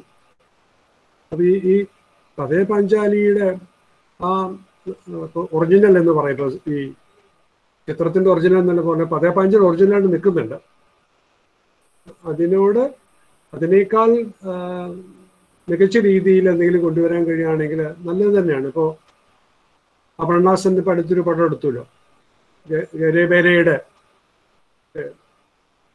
വീട്ടിലും പുറത്തും എന്നുള്ള ടാഗോറിൻ്റെ കൃതി ആധാരമാക്കിയിട്ട് സത്യജിത് റായ് ചാരുലതയ്ക്ക് ഒരു ഒരു ഒരു പാരലായിട്ട് എടുക്കാവുന്ന ചിത്രമാണ്. ചാരുലത കറുപ്പും വെളുപ്പിലുമാണെങ്കിൽ ചാരുലതയുടെ ആ ചാരുലതയുടെ ആ ലോകത്തിനെ മറ്റൊരു കാലത്ത് പ്രതിഷ്ഠിച്ചുകൊണ്ട് മറ്റൊരു നിറത്തിൽ കാണിച്ചുകൊണ്ടുള്ള പടം ഗേരെ ബേര്. അതിനൊരു പുതിയ വ്യാഖ്യാനം അപർണാസൻ എടുത്തിട്ടുണ്ട്. ആ ഒരു സ്വാതന്ത്ര്യം നമ്മൾ അനുവദിച്ചു കൊടുക്കാം. പക്ഷെ നമുക്ക് വിമർശിക്കാനുള്ളതൊക്കെ വിമർശിക്കുകയും ചെയ്യാം. അതാണ് എനിക്ക് തോന്നിയത്. പിന്നെന്താ ചോദിച്ചാൽ മറന്നുപോയി. പിന്നെന്താ പറഞ്ഞിരുന്നത്? സാറേ, ഞാൻ ഇമാജിൻ വില്ലേജിനെ പറ്റിയുള്ള ഈ പാശ്ചാത്യർക്ക് എഴുത്തുകാർക്കൊക്കെ പ്രിയപ്പെട്ട ഒരു ഇതാണല്ലോ സാങ്കല്പിക ഗ്രാമം. അപ്പൊ അതുകൊണ്ടാണോ റേ അവർക്കും പ്രിയപ്പെട്ടതായതെന്നൊരു സന്ദേഹം. അത് എനിക്ക് തോന്നുന്നത് അത് ആശിഷ് നന്ദി എഴുതിയുള്ളത് അങ്ങനെ തന്നെയാണ്. വേറെ ഇത് എല്ലാവരിലും ഒരു ഇമാജിൻ സിറ്റി ഉണ്ട് എന്നാണ് ആശിഷ് നന്ദി ഈ ഭാഗത്ത് പറയുന്നത്. എന്താ വെച്ചാൽ നിങ്ങൾ ഗ്രാമത്തിൽ ജീവിക്കുന്ന ആളാണെങ്കിൽ പോലും നിങ്ങൾക്കൊരു ഇമാജിൻ സിറ്റി, ഒരു ഇമാജിൻ വില്ലേജ് ഉണ്ടെന്നാണ് അദ്ദേഹം പറഞ്ഞു തോന്നുന്നത്. അപ്പൊ നമുക്കൊക്കെ നമ്മൾ പ്രത്യേകിച്ച് സാഹിത്യം വായിക്കുന്നവർക്കോ സിനിമ കാണുന്നവർക്ക് അവരുടെയൊക്കെ ഭാവനയിൽ ഒരു ഗ്രാമമുണ്ട്. നമ്മൾ ഈ ഓണത്തെ പറ്റി പറയുമല്ലോ, അതേപോലെ ഒരു ഇമാജിൻ ആയുള്ള വില്ലേജ്, ഒരു സാങ്കല്പികമായ ഒരു ഗ്രാമം എല്ലാവരുടെയും മനസ്സിലുണ്ടാവാം. പക്ഷെ ആ ഗ്രാമത്തിൽ നിന്ന് വ്യത്യസ്തമായ ഒരു ഗ്രാമമല്ലേ പതേ പാഞ്ചാലി. കാരണം അതിൽ ഞാൻ പറഞ്ഞ ബുദ്ധൻ പറഞ്ഞുള്ള കാര്യങ്ങളുള്ള ഒരു വില്ലേജാണ്. ആ ഗ്രാമത്തിൽ അങ്ങനെയാണല്ലോ, മരണമുണ്ട്, ദാരിദ്ര്യമുണ്ട്, ദുഃഖമുണ്ട്, അങ്ങനെയാണ്. പക്ഷെ അതിനിടയ്ക്ക് എങ്ങനെ മനുഷ്യന്റെ ഈ അതിജീവിക്കാനുള്ള ത്വര, അതിജീവിക്കാനുള്ള വാസന, ജീവിതത്തിന്റെ കൊടിപ്പടം എങ്ങനെ ഉയർത്തുന്നു എന്നുള്ളൊരു തലം ഉണ്ടെന്ന് എനിക്ക് തോന്നിയത്. അപ്പൊ പുറത്തെങ്ങനെയാ സ്വീകരിച്ചെന്ന് അറിയില്ല. നമ്മളൊക്കെ അതിന് പിന്നെ ആ സിനിമയെ പറ്റി പറയുന്ന വേറൊരു കാര്യം എന്താ വെച്ചാൽ, പലരും പറയുന്നത് ആ സിനിമയിലെ ദൃശ്യങ്ങളെക്കാൾ ഓർക്കുന്നത് ആ സിനിമയിലെ സംഗീത ഗാനങ്ങളാണെന്നാണ്. അതിന് രവിശങ്കർക്കാണോ നമ്മൾ നന്ദി പറയേണ്ടത്? അത് തെരഞ്ഞെടുത്ത, അങ്ങനെ ഒരു സംഗീതം തെരഞ്ഞെടുത്ത സംഗീതപ്രേമിയായിട്ടുള്ള, സംഗീതത്തിൽ ജ്ഞാനമുള്ള റായ്, അദ്ദേഹത്തോട് നിന്ന് പറഞ്ഞ് നമുക്ക് അറിഞ്ഞുകൂടാ.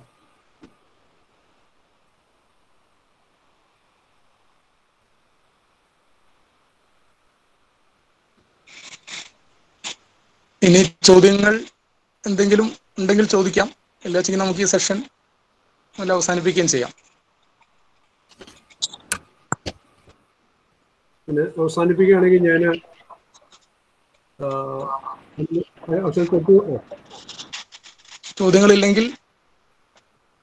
ചോദ്യങ്ങളില്ലെന്ന് കരുതുന്നു. പക്ഷെ നമുക്ക് മെല്ലെ അവസാനിപ്പിക്കാൻ. പിന്നെ പതേ പാഞ്ചാലി എന്നുള്ള വിഭൂതിഭൂഷണന്റെ പുസ്തകം, അത് മലയാളത്തിൽ വളരെ മുമ്പേ വിവർത്തനം ചെയ്യപ്പെട്ടു വന്നുള്ളത്. കെ രവിവർമ്മ വിവർത്തനം ചെയ്തിട്ട് അത് മാതൃഭൂമി ആഴ്ചപ്പതിപ്പില് തുടർച്ചയായിട്ട് വന്നിരുന്നാണെന്ന് കേട്ടിട്ടുണ്ട്. അതിന്റെ അവസാന ഭാഗം വരുന്നത് ഞാൻ വായിക്കാം. ഈ സംഭാഷണത്തിന്റെ ശീർഷകം റായ് സിനിമയുടെ ലോകസഞ്ചാരത്തെ പറ്റിയാണ് എങ്കിലും ഈ റായുടെ നായകനായിട്ടുള്ള ഈ അബുവിന്റെ ലോകസഞ്ചാരത്തിലാണ് ഈ പതേപാഞ്ചാലി അവസാനിക്കുന്നത്. അതൊന്ന് പറയാം. പാതയുടെ സംഗീതം, song of the little road. സത്യത്തിൽ ഞാൻ ഈ മലയാളത്തിൽ വിവർത്തനം വായിക്കുന്നതിന് മുമ്പ് ഇംഗ്ലീഷിൽ വിവർത്തനമാണ് വായിച്ചത്. അതെന്നെ എനിക്ക് എന്നെ സ്വാധീനിച്ചൊരു പുസ്തകമാണ് അതിൻ്റെ ഇംഗ്ലീഷ് വിവർത്തനം. അപ്പം അതൊന്ന് അവസാന ഭാഗം വരുന്നതൊന്ന് വായിക്കാം. കുറച്ച് സാഹിത്യ ഭാഷയാണ് ഈ വിവർത്തനയുടെ ഇതിൽ വായിക്കാറ്. മാർഗദേവത പ്രസാദിച്ചു പറയുകയാണ്. മാർഗദേവത ഒരു പുതിയൊരു വാക്കാണ്. May be the God of the road, the goddess of the road, അങ്ങനെ ഉണ്ടല്ലോ. മാർഗദേവത പ്രസാദിച്ചു പറയുകയാണ്, വിഡ്ഢിയായ കുട്ടി, നിനക്ക് പോകാനുള്ള വഴി നിന്റെ ഗ്രാമത്തിലെ മുളങ്കാടുകളിലോ കള്ളന്മാരുടെ പേരാൽ ചുവട്ടിലോ ഇച്ഛാമതിയുടെ കരയ്ക്കോ അവസാനിക്കാൻ പോകുന്നില്ല എന്ന് പറഞ്ഞിട്ട് കുറച്ച് പറഞ്ഞിട്ട് പിന്നീട് നേത്രാവതി നദിയുടെ കരപിടിച്ച് വീണ്ടും മുന്നോട്ട് മാത്രം പോകുന്നതാണ് ആ വഴി. ഈ രാജ്യം കടന്ന് പരദേശം വരെയും സൂര്യോദയത്തിന്റെ രാജ്യം വിട്ട് സൂര്യാസ്തമനത്തിന്റെ രാജ്യം വരെയും അറിഞ്ഞു കഴിഞ്ഞ അതിർത്തികളും കടന്ന് അറിയപ്പെടാത്ത അതിർത്തികളിലേക്ക് ഇങ്ങനെ പോണ വഴിയാണെന്നാണ് പറയുന്നത്. അതിന്റെ അവസാന ഭാഗത്ത്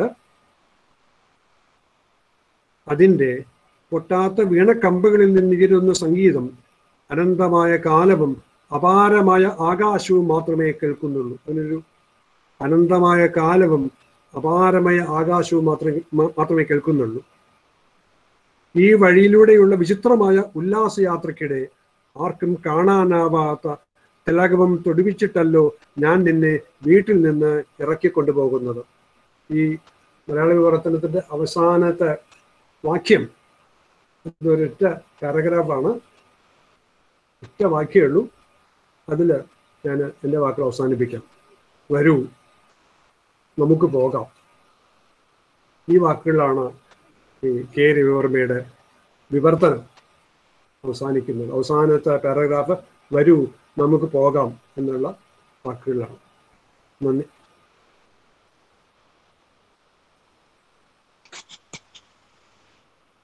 നന്ദി ശ്രീ ഐ ഷൺമുഖദാസ് മാഷ്. പ്രത്യേകിച്ച് ഇങ്ങനെ ഒരു അനുഭവമാണെങ്കിൽ പോലും, ഇങ്ങനെ ഓൺലൈനിലാണ് നമ്മൾ ഈ പ്രഭാഷണം കേൾക്കുന്നു എങ്കിൽ പോലും നേരിട്ട് ഒരു ക്ലാസ് കേട്ടതുപോലെയുള്ള ഒരു അനുഭവം ഞങ്ങൾക്ക് സമ്മാനിച്ചതിന്, ഇത്രയും നേരം റായ് സിനിമകളെക്കുറിച്ചും റായ് സിനിമകളുടെ സവിശേഷതകളെക്കുറിച്ചും അതിൻ്റെ വിവിധ തരത്തിലുള്ള യാത്രകളെക്കുറിച്ചും ഒക്കെ ഞങ്ങളോട് സംസാരിച്ചതിന് മാഷ്ക്ക് നന്ദി പറയുന്നു. അതുപോലെ തന്നെ ഈ ചർച്ചയിൽ പങ്കെടുത്ത, ഈ വെബിനാറിൽ പങ്കെടുത്ത എല്ലാവർക്കും, ഇത് സംഘടിപ്പിച്ച ഗുരുവായൂരപ്പൻ കോളേജിനും അവിടുത്തെ ഓഡിയോ വിഷ്വൽ ക്ലബിനും എല്ലാം നന്ദി പറയുന്നു. മാഷ് ഒരു നമുക്ക് പോകാം എന്ന് വായിച്ച് അവസാനിപ്പിച്ചതുപോലെ മാഷുടെ തന്നെ സഞ്ചാരിയുടെ വീട് വളരെ മനോഹരമായ ടൈറ്റിലുകളാണ് പ്രത്യേകിച്ച് സത്യചിത്ര പഠനങ്ങൾക്ക് ആ പുസ്തകങ്ങൾക്ക് മാഷ് ഇട്ടിട്ടുള്ളത്. വളരെ മനോഹരമായ ഒരു സിനിമയുടെ പേര് പോലെ തന്നെ സഞ്ചാരിയുടെ വീട് എന്ന് പറയുന്ന അദ്ദേഹത്തിന്റെ പുസ്തകത്തിൽ നിന്ന് ഒരു 4-5 വരി വായിച്ചാണ് ഈ സെഷൻ നമ്മൾ അവസാനിപ്പിക്കുന്നത്. പ്രത്യേകിച്ചും റേ സിനിമകളിലെ തീവണ്ടിയെക്കുറിച്ചാണ് അദ്ദേഹം കൂടുതലായിട്ടും പറഞ്ഞത്. പ്രത്യേകിച്ച് യാത്രകളെക്കുറിച്ച്, ആ പാതകളെക്കുറിച്ച്. സഞ്ചാരിയുടെ വീട് എന്ന് പറയുന്ന പുസ്തകത്തിൽ ഐ ഷൺമുഖദാസ് മാഷ് എഴുതുന്നു, സഞ്ചാരിയുടെ വീട് അകത്തളങ്ങളിൽ ഒതുങ്ങി നിൽക്കുന്നില്ല. അവിടെ പ്രകൃതിയും പുറം ലോകവും വീടിന്റെ അകത്തളത്തെ വിശാലമാക്കുന്നു. ലോകം വിളിക്കുമ്പോൾ വീട്ടിലിരിക്കുന്ന സഞ്ചാരികൾക്ക് പുറത്തിറങ്ങാതെ വയ്യ. എന്നാൽ പിൻവിളി കേൾക്കുമ്പോൾ വീട്ടിലേക്ക് തിരിച്ചു പോകാതിരിക്കാനും വയ്യ. വീടും ലോകവും തമ്മിലുള്ള ഈ ബന്ധത്തിലൂടെയാണ് റായ് സിനിമ മനുഷ്യന്റെ അകം വാഴ്വും പുറം വാഴ്വും അവതരിപ്പിക്കുന്നത്. ലോകം കണ്ട് തിരിച്ചു വരുന്ന ഒരു ഭാരതീയന്റെ സിനിമയാണ് റായ് സിനിമ. എല്ലാവർക്കും നന്ദി, നമസ്കാരം. വെബിനാർ അവസാനിച്ചിരിക്കുന്നു.